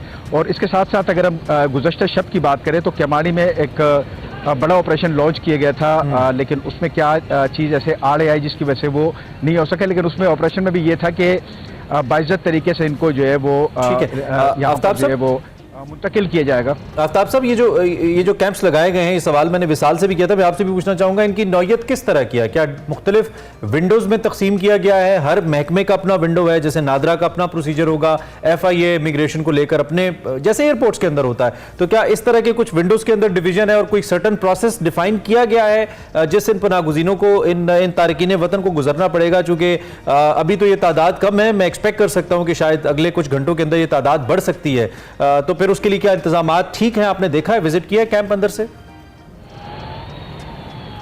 जी बिल्कुल, कैंप का विजिट भी किया, और इसमें जो नादरा की कैपेसिटी अगर पर डे की मैं अगर कहता हूँ, बात करता हूँ, तो वो 1500 लोगों को ये जो है जो अमला है वो उसको लुक आफ्टर कर सकता है। बायोमेट्रिक के अलावा तमाम तर जो उमूर है, जिसमें तस्वीर है, सारी चीज़ें नादरा सेंटर्स में हमें मिलती हैं। इसके अलावा FIA की जो टीम है वो तमाम डेटा जो है वो इकट्ठा करेगी इस हवाले से, और उसको जो है एक डॉक्यूमेंट बनाएगी। उसके साथ साथ चूँकि बुनियादी काम फिर आ जाता है पुलिस का भी, और पुलिस जो है वो भी मौजूद है, तो ये तीन इदारे जो है ये बेसिकली हम इसको कह सकते हैं कि तमाम उमूर की बाज़ाब्ता तौर पर निगरानी करेंगे, और उसके बाद जो है इनखला का ये अमल जो है इन्हीं तीनों इदारों के ज़रिए होगा, ताकि दोबारा जो है इसमें 2 तरह के लोग शामिल है। एक तो वो जिनके पास कोई किसी किस्म के दस्तावेज मौजूद नहीं है और वो पाकिस्तान में मुकीम है, चाहे वो अफगानी हो, बंगाली हो, बर्मी हो, किसी भी मुल्क से ताल्लुक़ रखने वाला हो। एक तो उनको इस चीज़ को श्योर किया जाएगा कि वो यहाँ पे आएंगे और उसके बाद अपने मुल्क जाएंगे। फिर उसके बाद बाकायदा जो है जो एक हुकूमती फैसला कि अगर दोबारा उन्होंने कारोबार के लिए आना हो तो एक दस्तावेज की शक्ल में जिस तरह ठीक है। हम जरा नोमान से भी आपकी इजाजत से अपडेट ले लेते हैं, क्योंकि नोमान कोयटा में है। कोयटा भी बहुत बड़ा शहर है और यहाँ पे भी बहुत बड़ी तादाद है ऐसे अफगानियों की जिनके बारे में ये कहा जा सकता है कि उनको भी वतन वापस जाना होगा अपने। नोमान, क्या तफसीलात हैं, क्या अपडेट्स हैं? बिल्कुल ऐसा है कि एपेक्स कमेटी के इजलास के बाद जो हुकूमत की जानिब से फैसला किया गया था कि जो अफगान महाजरीन हैं उनको 31 अक्टूबर की डेडलाइन दी गई थी कि ये डेडलाइन तक जितने भी अफगान महाजरीन हैं रज़ाकाराना तौर पर जो अपने वतन वापस चले जाएँ। और जो डेडलाइन है गुज़श्ता रात 12 बजे ख़त्म हो गई थी। अब तक इसके मुताबिक 30,000 के करीब जो है अफगान महाजरीन रज़ाकाराना तौर पर अफगानिस्तान वापस जा चुके हैं। और डेडलाइन ख़त्म होने के बाद जो आज जो हुकूमत जो सूबाई हुकूमत है उनकी जानिब से एक अमली तैयार की गई, उसके हवाले से शहर के मुख्तलिफ मकामात पर पुलिस और कस्टम और दीगर इदारों की जानिब से जो है चेक पोस्टें लगाई गई हैं और शहरियों की चेकिंग करने के बाद उनके शादी कार्ड चेक किए जा रहे हैं, उसके बाद उनको वहाँ से आगे जाने की इजाज़त दी जा रही है। इस वक्त जो है कोयटा शहर में जो है 2 होल्डिंग कैंप कायम किए गए हैं, जिनमें से एक होल्डिंग कैंप हाजी कैंप में इस वक्त मैं मौजूद हूँ। इस होल्डिंग कैंप में जो 300 के करीब यहाँ पर बेड लगाए गए हैं, खाने पीने का इंतजाम किया गया है, बिजली पानी हर चीज़ यहाँ पर वो मौजूद है और सिक्योरिटी के भी सख्त इंतजाम किए गए हैं। और यहाँ पर जो नादरा की एक वैन मौजूद है, जो नादरा की एक वैन मौजूद है जहाँ पर अफगान महाजरीन जिनको गिरफ्तार करके यहाँ पर लाया जाएगा, उनके यहाँ पे नादरा के जरिए वेरिफिकेशन की जाएगी, उनके थंब लिए जाएंगे, उनकी तस्वीर ली जाएंगी और उनकी वेरिफिकेशन करने के बाद उनको यहाँ पर शाम तक रखा जाएगा। और शाम तक रखने के बाद जो है वैगनों के जरिए और गाड़ियों के जरिए उनको यहाँ से सिक्योरिटी के साथ चमन बॉर्डर मुंतकिल किया जाएगा। चमन बॉर्डर में बता चलूँ आपको जो है 5 आउट गेट्स बनाए गए, एग्जिट गेट बनाए गए हैं, जिनमें किला अब्दुल्ला, चागी और चमन शामिल है। चमन भिजवाया जाएगा। चमन में भी जो है होल्डिंग सेंटर कायम किए गए हैं, वहाँ पर दोबारा से इनकी जो है जो तस्दीक की जाएगी, तस्दीक करने के बाद इनको अफगानिस्तान मुंतकिल किया जाएगा। जी कोई बेसिक हेल्थ फैसिलिटीज भी रखी गई हैं? उम्र रसीदा लोग भी हो सकते हैं, बच्चे भी हो सकते हैं, बीमार खवातीन भी हो सकती हैं और उनका कैंप में स्टे अगर 12-14 घंटों से ज्यादा है तो कोई सेहत की कॉम्प्लिकेशन भी हो सकती है। कोई ऐसे इंतजामात नजर आए हैं आपको यहाँ पे? जी बिल्कुल ऐसा है कि यहाँ पर जो है नादरा के साथ साथ जो है पीडीएमए की टीम भी यहाँ पर मौजूद है। अच्छा। पानी का इंतजाम साथ साथ जो है मेडिकल की टीम्स भी यहाँ पर मौजूद हैं जो 24/7 यहाँ पर मौजूद रहेंगी और डॉक्टर्स की फैसिलिटीज भी मौजूद है। यहाँ पर जो तमाम डॉक्टर्स मौजूद हैं जो बच्चों के साथ साथ बड़े बुजुर्ग खवातीन हैं उनकी भी यहाँ पर फैसिलिटेट करेंगे, उनके टेस्ट भी यहाँ पे किए जाएंगे। उनके अलावा जो उनकी जो बीमारी है उनके साथ उनको दवाई भी दी जाएगी। सेहतियाब होने के बाद ही उनको यहाँ से बजरिया कोचेज और सिक्योरिटी के साथ चमन मुंतकिल किया जाएगा। चमन में भी इनको एक दिन रखा जाएगा और दोबारा से इनकी जो है तस्दीक करने के बाद उसके बाद उनको यहाँ से अफगानिस्तान मुंतकिल किया जाएगा। ठीक हो गया, ठीक हो गया। विशाल आपकी जानिब दोबारा आएंगे। जिस तरह से अभी हम बात करें, आप तो होल्डिंग सेंटर्स के हवाले से बता रहे हैं कि यहाँ पर लाया जा रहा है इन मुहाजिरीन को या तारिकीन वतन को, लेकिन दूसरी जानिब ऑब्वियसली बहुत सारे लोग यहाँ पर कई सालों से आबाद हैं और यहाँ पर उनकी जायदादें हैं, उनके काम हैं, उनके खानदान हैं, उनकी नस्लें हैं। उनको जब यहाँ से जाने का कहा जा रहा है तो कोई अभी तक आपको लग रहा है कि हुकूमत को कुछ चैलेंजेस का सामना भी करना पड़ रहा है, लोग विलिंगली नहीं जाना चाहते या कोई रेजिस्टेंस आ रही है? जी बिल्कुल, जिस तरह आपने कहा पिछले 4 दहाइयों से ये जो यहाँ पर जो आपकी ऑडियो का इशू है, अपने माइक को प्लीज करीब कर लीजिएगा। हम आफ्ताब साहब से यही सवाल कर लेते हैं और विशाल आपकी जानिब दोबारा आते हैं। आफ्ताब खान साहब, यही सवाल मैं आपसे करूंगी कि ऑब्वियसली बहुत सारे लोग सिंध के अंदर अफगानी यहाँ पर आबाद हैं कई सालों से, हुकूमत के लिए बहुत सारे चैलेंजेस भी होंगे, एट द सेम टाइम आप इस हवाले से कुछ बता सकें? देखिए, जो SOP गवर्नमेंट की जानिब से बनाई गई है उसमें जो हमें पता चला है कि 50,000 रुपये तक की माली जो है ये करेंसी जो है ये ले जाने की इनको इजाज़त है, चूँकि इनको ज़्यादा राह के लिए। जी, आफ्ताब साहब की भी कुछ ऑडियो का इशू है। विशाल, आपको आवाज आ रही है? विशाल, आप हमें सुन पा रहे हैं? There is something technically wrong, it's okay। हम बिल्कुल आखिर में अपडेट जाते जाते, चूंकि कोयटा का जिक्र हो रहा था और 2 कैंप्स के हवाले से हमें नोमान ने आगाह किया। नोमान, एक तो आपने हमें बताया कि यहाँ पे तमाम जो मुतल्लिका इदारे हैं वो मौजूद हैं, कोई certain SOP standard operating procedure दिया गया है? लेट्स सपोज अगर एक कोई मुहाजिर यहाँ पे आते हैं तो उनको किन किन मराइल से गुजरना पड़ेगा? उमूमी तौर पर लोग पढ़े लिखे नहीं होते, क्या कुछ ऐसे हेल्प डेस्क भी कायम किए गए हैं इन कैंप्स के आगाज के ऊपर जिसमें उनको बताया जाए कि आपने क्या करना है और कुछ इनिशियल डॉक्यूमेंटेशन भी की जा रही है? आई मीन कुछ डॉक्यूमेंट्स का उनके पास होना जरूरी हो, कुछ SOPs अगर बता पाएं आप हमें यहाँ पे कैंप्स के हवाले से। जैसा कि आपको पता है कि कोयटा शहर में अफगानियों की एक बहुत बड़ी तादाद मौजूद है। नवाई इलाके जो है अफगानियों से इस वक्त जो है, अब से कुछ देर कबल यहाँ पर SSP ऑपरेशन जावाद साहब आए थे, उन्होंने इस बात को मुकम्मल तौर पर वाज़ेह कर दिया है कि जो अफगान मुहाजिरीन जिनको गिरफ्तार किया जाएगा उनको वहाँ से मुतल्लिका थाने ले जाया जाएगा। थाने जाने के बाद उनके नामों की वेरिफिकेशन की जाएगी, उनके नाम वहाँ पर दर्ज किए जाएंगे।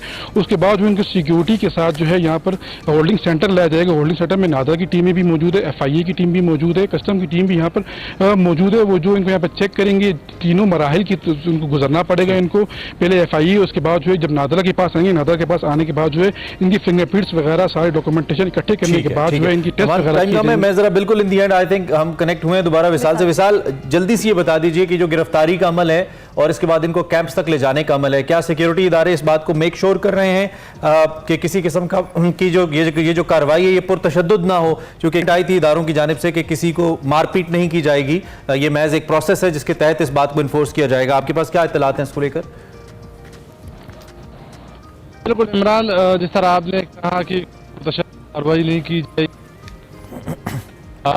गैर रजिस्टर्ड अफगान मुहाजिरीन हैं उनको बड़ी वक़ार के साथ और उनको बड़ी इज्जत के साथ इस कैंप आया जाएगा, उनको वीगल फराहम किए जाएंगे और उनको यहाँ पर रजिस्टर होकर बड़ी इज्जत के साथ अपने मुल्क।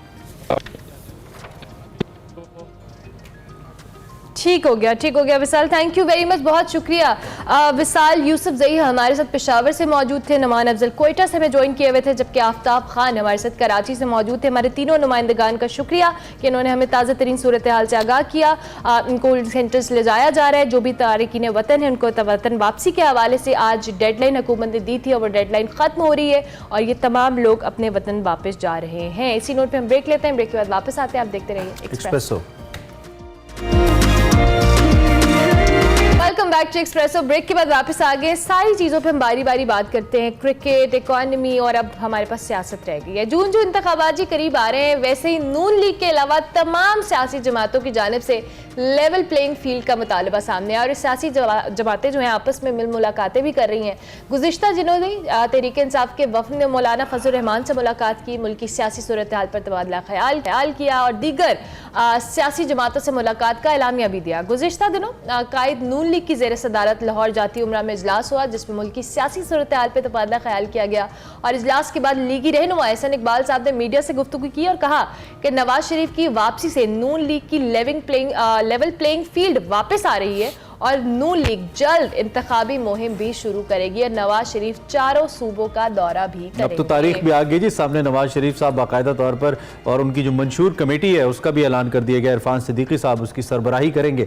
नवाज शरीफ साहब इरादा रखते हैं मुख्तलिफ लोगों से मिलने का और ऐसा लगता है कि बिल्कुल कंफर्टेबली आके अपनी जो सीट है, I mean as a political leader, उस पर बराजमान हो गए मियाँ साहब।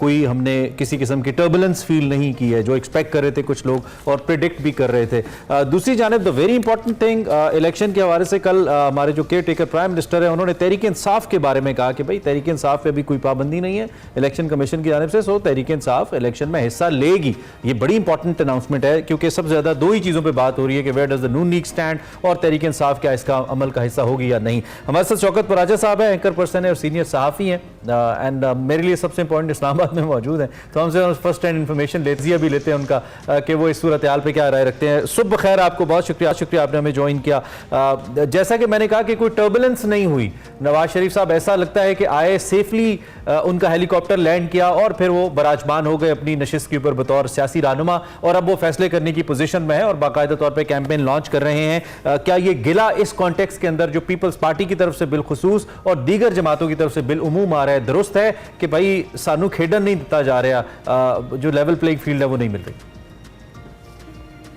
Thank you and very good morning. Ahsan Iqbal साहब ने जो कल बात की 2017-2016 के अगर हालात देखें या उससे पहले 2014 वाले देखें, तो क्या जो वो बात कर रहे हैं एहसन इकबाल साहब के मियाँ साहब पे किस तरह से ये सियासी घेरा तंग किया गया, इसमें तो कोई शक नहीं बनता।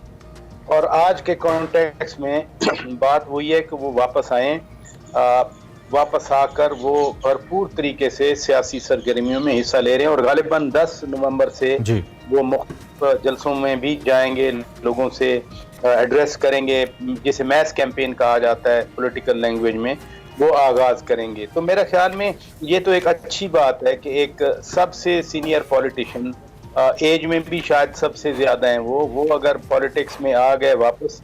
जहाँ तक बात है पीटीआई की, आपने इमरान साहब दुरुस्त कहा कि पीटीआई तो हिस्सा लेगी इलेक्शन में, लेकिन सवाल ये पैदा होता है कि क्या ये अपने चेयरमैन के बगैर पीटीआई हिस्सा कैसे ले सकती है?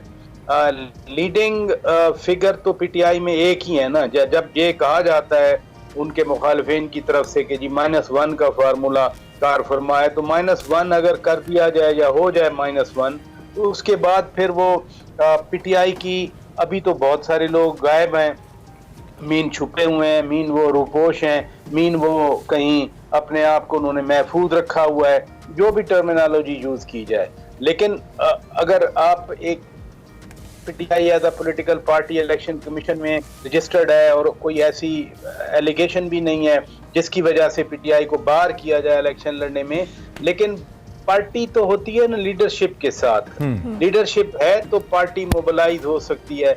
वो बातें नहीं है कि नेल्सन मंडेला जेल में है तो पार्टी जीत जाए, या भुट्टो जुल्फकार अली भुट्टो वो जो एक कहावत थी कि वो खंबे को वोट देंगे, तो वो वाले हालात तो नहीं है। अब तो हमने इन 85 के बाद जितना पॉलिटिकल डिस्कोर्स हुआ हमने तो इलेक्टेबल डेवलप किए हैं। वो इलेक्टेबल्स इधर से वो पीपल्स पार्टी से निकल के पीटीआई में आ जाएं, पीटीआई से आप निकल कर इस्तेकाम पाकिस्तान पार्टी में चले जाएं, तो ये इलेक्टेबल्स का फिनोमेनन उस चीज को रोकता है जो कि एक लैंडस्लाइड एक पार्टी की मकबूलियत होती है। ठीक है। अच्छा शौकत साहब, जिस तरह आप कह रहे हैं कि चेहरे वही है, घूम फिर के एक जमात से दूसरी जमात में आते हैं, कभी एक जमात का दूसरी जमात से अलायंस हो जाता है, ये सारी चीजें इसी पॉलिटिकल सिनेरियो के बार बार वही सर्कस देखते हैं अनफॉर्चुनेटली। लेकिन दूसरी जानिब जिस तरह से आपने नून लीग की भी बात की और तहरीक इंसाफ की इंतखाबात में शामिल होने के हवाले से भी बात की, नून लीग में नवाज शरीफ साहब के लिए जिस तरह से इमरान ने अपनी इंट्रो में भी कहा कि बड़ी चीज़ें जो एक्सपेक्टेड थी कि बड़ी टर्बुलेंस होगी, बड़े ट्विस्ट आएंगे, बड़े चैलेंजेस होंगे, लेकिन ऐसा कुछ नज़र नहीं आया और बड़े स्मूथली एक चीज़ को मैनेज किया गया या करवाया गया, जो भी सूरत हाल है। इस पे आप क्या कहेंगे कि आप वो चारों सूबों का दौरा भी करेंगे, अपनी इंतखाबी मुहिम भी चलाएंगे, तो इस हवाले से आपका कमेंट? सबसे पहली बात और अच्छी बात यह है कि पॉलिटिक्स है, मुल्क में सियासत है, सियासत पर कोई कदगन या कोई पाबंदी नहीं है, नंबर 1। और जब हम क्लेम करें कि हम डेमोक्रेसी हैं और कॉन्स्टिट्यूशनल डेमोक्रेसी हैं, तो हमारा कॉन्स्टिट्यूशन भी है और कॉन्स्टिट्यूशन का तकाजा है कि इलेक्शन हो। आप कॉन्स्टिट्यूशन भी रखें और आप कहें कि इलेक्शन भी नहीं है, तो ये पॉसिबल नहीं है। एक काम है, या तो आप अनकॉन्स्टिट्यूशनल हो जाएं या फिर अगर आप कॉन्स्टिट्यूशनल हैं तो आप इलेक्शन करवाएं। और मियां साहब की आमद भी इसी सिलसिले का हिस्सा है। आपको याद होगा, शायद आपके साथ भी राना सनाउल्लाह साहब ने कहा हो जीरो रिस्क। जब जीरो रिस्क होगा तो मियां साहब वापस आएंगे। जी। जब जीरो रिस्क, जिस टर्बुलेंस फ्री इन्वायरमेंट की आप बात कर रहे हैं, यही जीरो रिस्क है। लेकिन एक बात जरूर कहनी चाहिए, आप जिस तरह टॉन्ट किया जा रहा है ना कि सिर्फ level playing field Nawaz Sharif के हक में, PMLN के हक में, ये जो भी है ये भी तो एक अदालती अमल ही है ना। वो आए, उन्होंने वो अदालत के सामने गए, अदालत ने उनको रिलीफ दिया, सरेंडर किया, या उससे पहले जब वो आए तो प्रोटेक्टिव बेल कोई पाकिस्तान में न किसी को पहली बार मिली है न किसी को आखिरी बार मिली है। प्रोटेक्टिव बेल का कंसेप्ट ही यही। तो राजा साहब ठीक है, गॉट इट। ये चिल्ले वगैरह खत्म हो गए हम या अभी और हैं चिल्ले, सरोजे, अशरे अभी बाकी हैं, या अब आपको लगता है कि नहीं आखिरी बड़ा चिल्ला लग चुका है? आपको लगता है एक्चुअली जो शेख रशीद साहब ने बात की ना कि 9 मई का वाकया लानती किरदारों ने किया था, तो मैं तो नहीं समझता कि शेख साहब की किसी तरह भी 9 मई के वाकयात के पीछे कोई इनकी प्लानिंग होगी, या शेख साहब उस सोच के हामिल हैं कि जिस सोच के तहत 9 मई पर फौज पर हमला किया गया, फौजी कोर कमांडर के घर पर अटैक हुआ या फौजी तनसीबात पर अटैक हुआ। शेख साहब न कभी इस सोच के हामिल थे और ना वो हैं। वो खुद बार बार आपको याद, लेकिन राजा साहब कतई कलामी तकरीरों में कहते रहे हैं जला दो, गिरा दो, ये कहते रहे शेख साहब, और बार बार कहते रहे। उनकी बहुत सी तकरीरें ऑन रिकॉर्ड है। बराह रास्त फौज के लिए नहीं कहते रहे, लेकिन जलाओ घिराओ की बात वो करते रहे। जलाओ घिराओ की बातें तो वो 90 से कर रहे हैं ना। जब वो मियां नवाज शरीफ के साथ थे 1993 में, या 88 से 90 तक, या फिर वो 93 से 96 तक अपोजिशन में मियां नवाज शरीफ के साथ थे, तो वो ये बातें करते थे। 9 मई का कॉन्टेक्स्ट एक स्पेसिफिक कॉन्टेक्स्ट है, उसको हम नॉर्मल एक जनरल पॉलिटिकल एक्टिविटी से हम किसी तरह भी एसोसिएट नहीं कर सकते। जो 9 मई के हुआ वो कोई पॉलिटिकल सरगर्मी नहीं थी, वो प्रोटेस्ट नहीं था, वो एक जो आर्टिकल 8, 9, 10 आगे तक जो फंडामेंटल राइट्स हैं उनके तहत जो इजाजत है वो वाला काम नहीं था। ये सीधा सीधा था कि जाएं मिलिट्री इंस्टॉलेशन पर अटैक करें, वो मियां वाली हो, वो पेशावर हो, वो फौज को निशाना लाहौर हो। बनाए। ठीक है, ठीक है, जी जी जी। चले अब उनका चिल्ला तो खत्म। वो सवाल मेरा फिर वो अब मतलब ये बड़ा चिल्ला एक ही था या इसके बाद कुछ और? क्योंकि कल हमारी अली मोहम्मद खान साहब से बात हो रही थी। इस वक्त कुछ लोग ऐसे हैं जो कि तहरीक इंसाफ की तरफ से भी मुतहर्रिक हैं, जिसमें अली मोहम्मद खान है, असद कैसर हैं, उनके कुछ वकला हैं, और फिर कल असद उमर की भी स्टेटमेंट आई। उनसे जब पूछा गया कि क्या आप इस्तेहकाम पाकिस्तान में जा रहे हैं, उन्होंने कहा नहीं जी, मैं तहरीक इंसाफ के साथ खड़ा हूँ, उनका मंशूर जो है वो उसके मुताबिक काम करें। सरवर खान साहब भी कल इस्तेहकाम पार्टी में उनकी मुलाकात अहम एक हो गई। तो ये चिल्ले अब खत्म हो गए हैं और अब क्या बाकायदा तौर पर तमाम पॉलिटिकल पार्टीज पॉलिटिकली अपने मंशूर को लेकर आगे चल पाएंगी? कल जरदारी साहब की स्टेटमेंट भी बड़ी इंपॉर्टेंट थी, जिसमें उन्होंने कहा कि मैंने वजीर आजम बनवाया था, मियां साहब की तरफ उनका इशारा था, लेकिन वो परफॉर्म नहीं कर पाए। इट मीन्स अब उन्होंने भी अपना जो एक कनेक्शन है वो कट मुकम्मल तौर पर कर लिया, ऐसा लगता है। तो अब महज सियासी अमल ही हमारे सामने रहेगा टिल दी इलेक्शंस, या फिर कुछ और चिल्ले अशरे या सरोजे सामने आ सकते हैं? अली मोहम्मद खान, असद कैसर, शहरयार आफरीदी और बहुत सारे वो तो हैं ना अपनी जगह पर मौजूद, और वो कहाँ पर मौजूद हैं? वो पीटीआई में ही मौजूद हैं। असद उमर साहब खुद कह रहे हैं कि मैं पीटीआई में हूँ, पता नहीं पीटीआई उनको अभी अपना समझती है या नहीं समझती। और जो कुछ पीटीआई में फर्ज किया है, मसलन परवेज इलाही है, परवेज इलाही को अपने दिल पे हाथ रखकर सोचें कि कितने पीटीआई वाले अपना समझते हैं।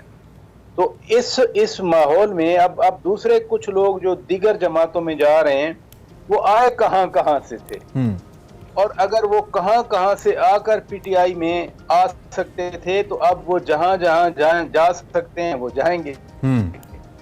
अच्छा, ये सीधी सी बात। ये इस्तेहकाम पाकिस्तान उनको कबूल किया। हाँ जी, इस्तेहकाम पाकिस्तान के हवाले से ऐसा लगता था जब ये पार्टी बनी, तो चाहे वो अलीम खान हो, चाहे वो जहांगीर तरीन हो, ऐसा लगता था कि एक बिहाइंड द सीन बैकडोर एक अलायंस मौजूद है नून लीग के अंदर, या कम से कम हम ख्याल लगते थे ऐसे जब ये सारा सिलसिला हो रहा था। लेकिन अभी रिसेंटली जो अलीम खान ने तकरीर की जानिया जलसे के अंदर, उन्होंने तो नून लीग को तनकीद का निशाना बनाया। तो फिर क्या इसका मतलब हम ये लें कि साउथ पंजाब के अंदर इस्तेहकाम पार्टी इंटायरली अपनी कैंपेन लेके चलेगी, कोई अलायंस नहीं होगा, और फिर शायद ये अलायंस इंतखाबात होने के बाद भी सामने ना आए, चूंकि आप साउथ की पॉलिटिक्स को समझते हैं। तो इस पर क्या कॉमेंट है आपका? सर्टनली इस्तेहकाम पाकिस्तान पार्टी अपनी पॉलिटिक्स को लेकर चलेगी। अगर ये अभी अलायंस की कोई बात करेंगे तो फिर इनमें और दीगर पार्टियों में फर्क क्या रहेगा? हर कोई अपनी कैंपेन करेगा। अलायंस पार्टी के कुछ लोग तो शायद जीते, लेकिन मोस्टली वो वोट स्पॉइल करेंगे पीटीआई का। सीधी सी बात है कि सियालकोट से हूँ या झेलम से हूँ या वो किसी और जगह से हूँ, वो पीटीआई का खास करेंगे, और उसका फायदा किसको होगा? अलीम खान जितनी भी तकारीर करते रहे, लेकिन जब ये वोट स्पॉइल होगा तो उसको फायदा पंजाब में किसको होगा या केपी में किसको फायदा होगा? ये बड़ा अंडरस्टूड सी बात है। लिहाजा अलायंस अभी कोई नहीं बनेगा, हर कोई अपनी अपनी ताकत आजमा रहा है। 16 महीने की इत्तेहादी जो है वो सिंध में अपने ही एक इत्तेहादी के खिलाफ ऑलरेडी इत्तेहाद बना चुके हैं। GDA, JUI, MKM, PMLN वो इकट्ठे हो चुके हैं। पंजाब में चूंकि एक और माहौल है, और पंजाब ही वो पावर का मरकज बना हुआ है कि जिसके पास पंजाब जाएगा, अगर पंजाब कंसोलिडेट होकर चला गया, फर्ज किया नून लीग के पास चला गया, तो फिर नून लीग को ना सिंध की जरूरत होगी, ना केपी, ना बलूचिस्तान। वन लास्ट क्वेश्चन, चूंकि आपने खुद जीरो रिस्क फिनोमेनन का जिक्र किया था, राना सनाउल्लाह साहब ने कहा था जीरो रिस्क उस वक्त था। अब तहरीक इंसाफ के बारे में जब बात हो रही है कि इलेक्शन लड़ेगी, तो क्या जीरो रिस्क फिनोमेनन मौजूद है? तहरीक इंसाफ की मौजूदगी की सूरत में नून लीग के लिए और नवाज शरीफ साहब के लिए जीरो रिस्क है, आपको लगता है? देखें, let's be clear once for all कि जब इंतखाबी मैदान आएगा तो सबको मौका मिलना चाहिए। उसमें फिर जीरो रिस्क, उसी को तो हम मैनेजमेंट कहते हैं, उसी को मैनिपुलेशन कहते हैं, उसी को मैनूवरिंग कहते हैं। और यही बात बिलावल भुट्टो जरदारी साहब ने बड़े वादे अंदाज में कही थी। उन्होंने कहा था कि अवाम को राइट टू वोट दें, और अवाम जिसके हक में दें, भला वो पीटीआई के हक में भी दे दें, तो फिर पीटीआई को हुकूमत बनाने दें। मुल्क अगर चलाना है, ये नहीं है कि जो 70 साल की गलतियां की तो वो उन्हीं को ही हम बार बार रिपीट करते रहें। लोगों को राइट टू वोट मिले। 9 मई के जितने किरदार हैं जितने भी किरदार हैं जरूर उनको भी सजा मिले। इसमें भी बड़ा क्लैरिटी होनी चाहिए कि ये नहीं कि कल फिर कोई एग्रीमेंट्स हो किसी को फिर फौज की तरफ चढ़ दौड़े।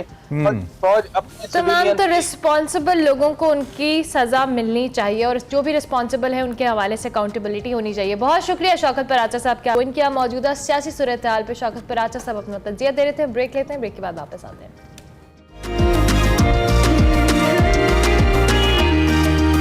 प्रोग्राम का बिल्कुल आखिरी हिस्सा है, हमने आपको अल्लाह हाफिज कहना है लेकिन जाते जाते हमने आपको अपना सेगमेंट दिखाना है। एक्सप्रेसो किताब, आज बात किस किताब के बारे में हो रही है वकार अहमद मलिक बताएंगे। हम आपसे मिलेंगे कल इंशाल्लाह। Take care.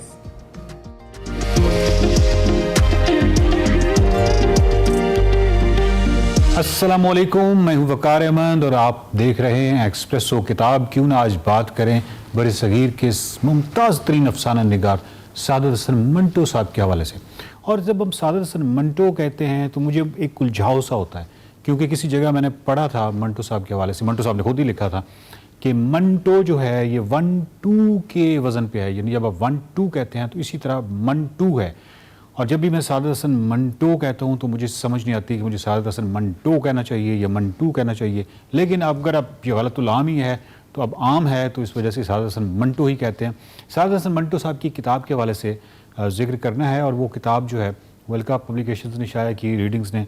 सादत हसन मंटो साहब के हवाले से अगर हम देखें 1933 के दौर को अगर हम देखें तो बारी लेक साहब का एक अखबार हुआ करता था मसावात, जिसमें वो फिल्मी कॉलम्स लिखा करते थे। अच्छा, फिल्म के हवाले से उनको बड़ा इंटरेस्ट था। और 1936 में जब वो बम्बे में थे तो वहाँ पे उन्होंने बहुत सारी फिल्में जो हैं उनके डायलॉग्स लिखे। अब बहुत सारी ऐसी फिल्में हैं जिसमें तू बड़ा कि मैं बड़ा, अपनी नगरिया, देखा जाएगा, नौकर और झुमके और 8 दिन और बहुत सारे ऐसी फिल्मों के डायलॉग्स लिखे। एक फ़िल्म जो है वो कंट्रोवर्शियल भी हुई कि वो डायलॉग्स जो थे और बुनियादी ख्याल जो था वो मंटो साहब का था, लेकिन मंटो साहब का नाम नहीं चला था। और उसके बाद खैर एनीवे बिल्कुल ये एक अलग स्टोरी है। लेकिन ये वो दौर, इसका मैं जिक्र क्यों कर रहा हूँ इनके जो फिल्मी करियर के हवाले से, और फिल्मी कालम इनके क्यों मकबूल होते थे। ऑफ कोर्स आपको मालूम है कि वो बड़ा बोल्ड लिखते थे, तो फिल्मी कालमों के हवाले से वो बहुत ज़्यादा उन्होंने शोहरत भी पाई और अपना उन्होंने एक नाम बना लिया उस पूरी इंडस्ट्री के अंदर। क्योंकि 1936 के आने वाले इन चंद बरसों में इनकी मुलाकात अली सरदार जाफरी से होती है, सैयद सज्जाद ज़हीर से होती है। तरक्की पसंद अदीब जो हैं या तरक्की पसंद अदब जो है उसकी बुनियादें रखी जा रही हैं। इस साइड पर अगर देखें तो फैज़ साहब थे, अहमद नदीम कासमी साहब थे, MD तासीर साहब थे, और ये बुनियादें रखी जा रही हैं। और इस जगह पे जब मंटो साहब की जो मुलाकातें हैं इनके साथ, तो उन्होंने आने वाले वक्तों में राह हमवार की इस अफसाना निगार को इतना बड़ा अफसाना निगार बनाने में, तरक्की पसंद तहरीक के हवाले से एक बड़ा किरदार अदा करने के हवाले से। और इसके बाद ही हम देखते हैं कि एक से एक बड़ा अफसाना जो है, एक से एक बड़ा शाहकार जो है वो मंटो साहब तख्लीक किए चले जा रहे हैं। मंटो साहब भी उनका शुमार उन अदीबों में होता है जिनके साथ एक बदकिस्मती बहरहाल है, और वो ये है कि उनके चंद अफसाने किसी वजह से किसी भी वजह से वो इतनी शोहरत पा गए कि वो दूसरे बड़े अफसानों का हक खा गए। और ऐसे बहुत सारे उनके ऐसे और अफसाने हैं जिनका कद जो है वो बहुत बुलंद है, लेकिन उनको पजीराई तो मैं नहीं कहना चाहता, लेकिन वो इस तरह मशहूर नहीं हुए, हालांकि उनको इसी तरह की शोहरत मिलनी चाहिए थी। इसका एक और नुकसान ये होता है कि नॉर्मली मंटो साहब जो हैं उसके हवाले से लोग उनके अफसाना खोल दो का जिक्र करते हैं या ठंडा गोश्त का जिक्र करते हैं। अब जिनसे जिक्र करते हैं वो जब ये अफसाने पढ़ लेते हैं तो उनके जहन में ये आ जाता है कि हाँ उन्होंने मंटो को पढ़ लिया, सादत हसन मंटो को पढ़ लिया। हालांकि मंटो साहब के जो अफसाने हैं वो जो बाकी अफसाने हैं वो एक से एक बड़ा शाहकार है। सड़क के किनारे उनके अफसानों का एक मजमुआ है जो कि बहुत ही खूबसूरत एक किताब है, और ये जो शाया किया है रीडिंग्स का एक इशाती इदारा है। इसकी कीमत देख के बहुत ही हैरान कुन है, 299 रुपये। खैर एनीवे असद मोहम्मद ख़ान और सादत हसन मंटो साहब को बहुत खूबसूरत शाया किया है इस इदारे ने, और कीमत जो है वो बहुत कम रखी है। कीमत जो कम रखना है ये बुनियादी तौर पे 2 तरह की चीज़ें हमें बता रहा है। एक तो कुतुब बीनी जो है उसका हमारे यहाँ ज़वाल पजीर है, और कुतुब जो है किताब जो है उस तरह नहीं पढ़ी जा रही। और मेरा ख्याल है कि इसमें मेरा और आपका किरदार बहुत अहम हो जाता है कि हम अपने बच्चों को और ख़ुद किताब जो है इसकी तरफ राग़िब करें। और ये जो अफसानों का मजमूआ है ये इस हवाले से कमाल है कि सड़क के किनारे जो उसका नाम है, इसी के अंदर एक अफसाना है सड़क के किनारे जिसमें माँ का एक एक्सपीरियंस है। और मैंने जो भी थोड़ा बहुत मतलब अदब पढ़ा है, बैनुल अक़वामी भी और मकामी भी, इसमें इतनी बड़ी तहरीर माँ के हवाले से, इतनी खूबसूरत तहरीर, और ये माँ का एक्सपीरियंस है, माँ बनने का एक्सपीरियंस है। बहुत बड़ा अफसाना है सड़क के किनारे। इसके अलावा भी अगर आप देखें तो इसमें एक से एक बड़ा अफसाना है। सिराज एक बहुत बड़ा अफसाना है, 100 कैंडल पावर का बल्ब एक बहुत खूबसूरत अफसाना है, नफ्सियाती मुताला बहुत कमाल है, शादां बहुत कमाल है। ये सारे अफसाने एक से एक कमाल है।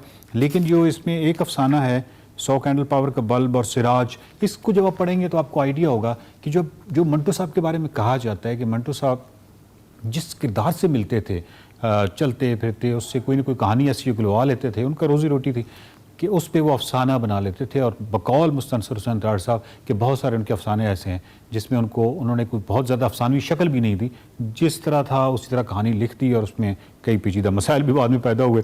तो इसमें भी इस तरह के अफसाने हैं जिनको आप पढ़ने के बाद फ़ौरन आपको आइडिया हो जाएगा कि एग्जैक्टली ये हकीकी कहानी पर मुश्तमिल हैं। और इसमें से कुछ अफसाने ऐसे हैं जिसमें एक किरदार के हवाले से, यानी जो खुद हैं उनको, वो अपने आप को मंटो साहब भी उसी किरदार में लिखा है उन्होंने, तो वो तो आपको आइडिया हो जाएगा कि ये बेसिकली हकीकी कहानी है।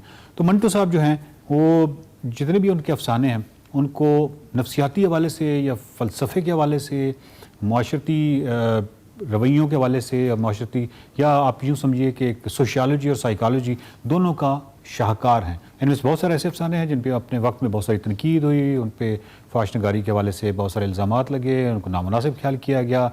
लेकिन जैसे आप जहनी मेच्योरिटी की तरफ जाते हैं तो आपको आइडिया होता है कि ये फाश तो नहीं, ये तो एंटी फाश हैं, और ये जो है ये बिल्कुल और तरह की तहरीरें हैं जिसको उस वक्त के लोगों ने गलत तौर पर कुछ लोगों ने इंटरप्रेट किया और मंटो साहब की ज़िंदगी में कई परेशानियाँ और मसाइल का सबब बने।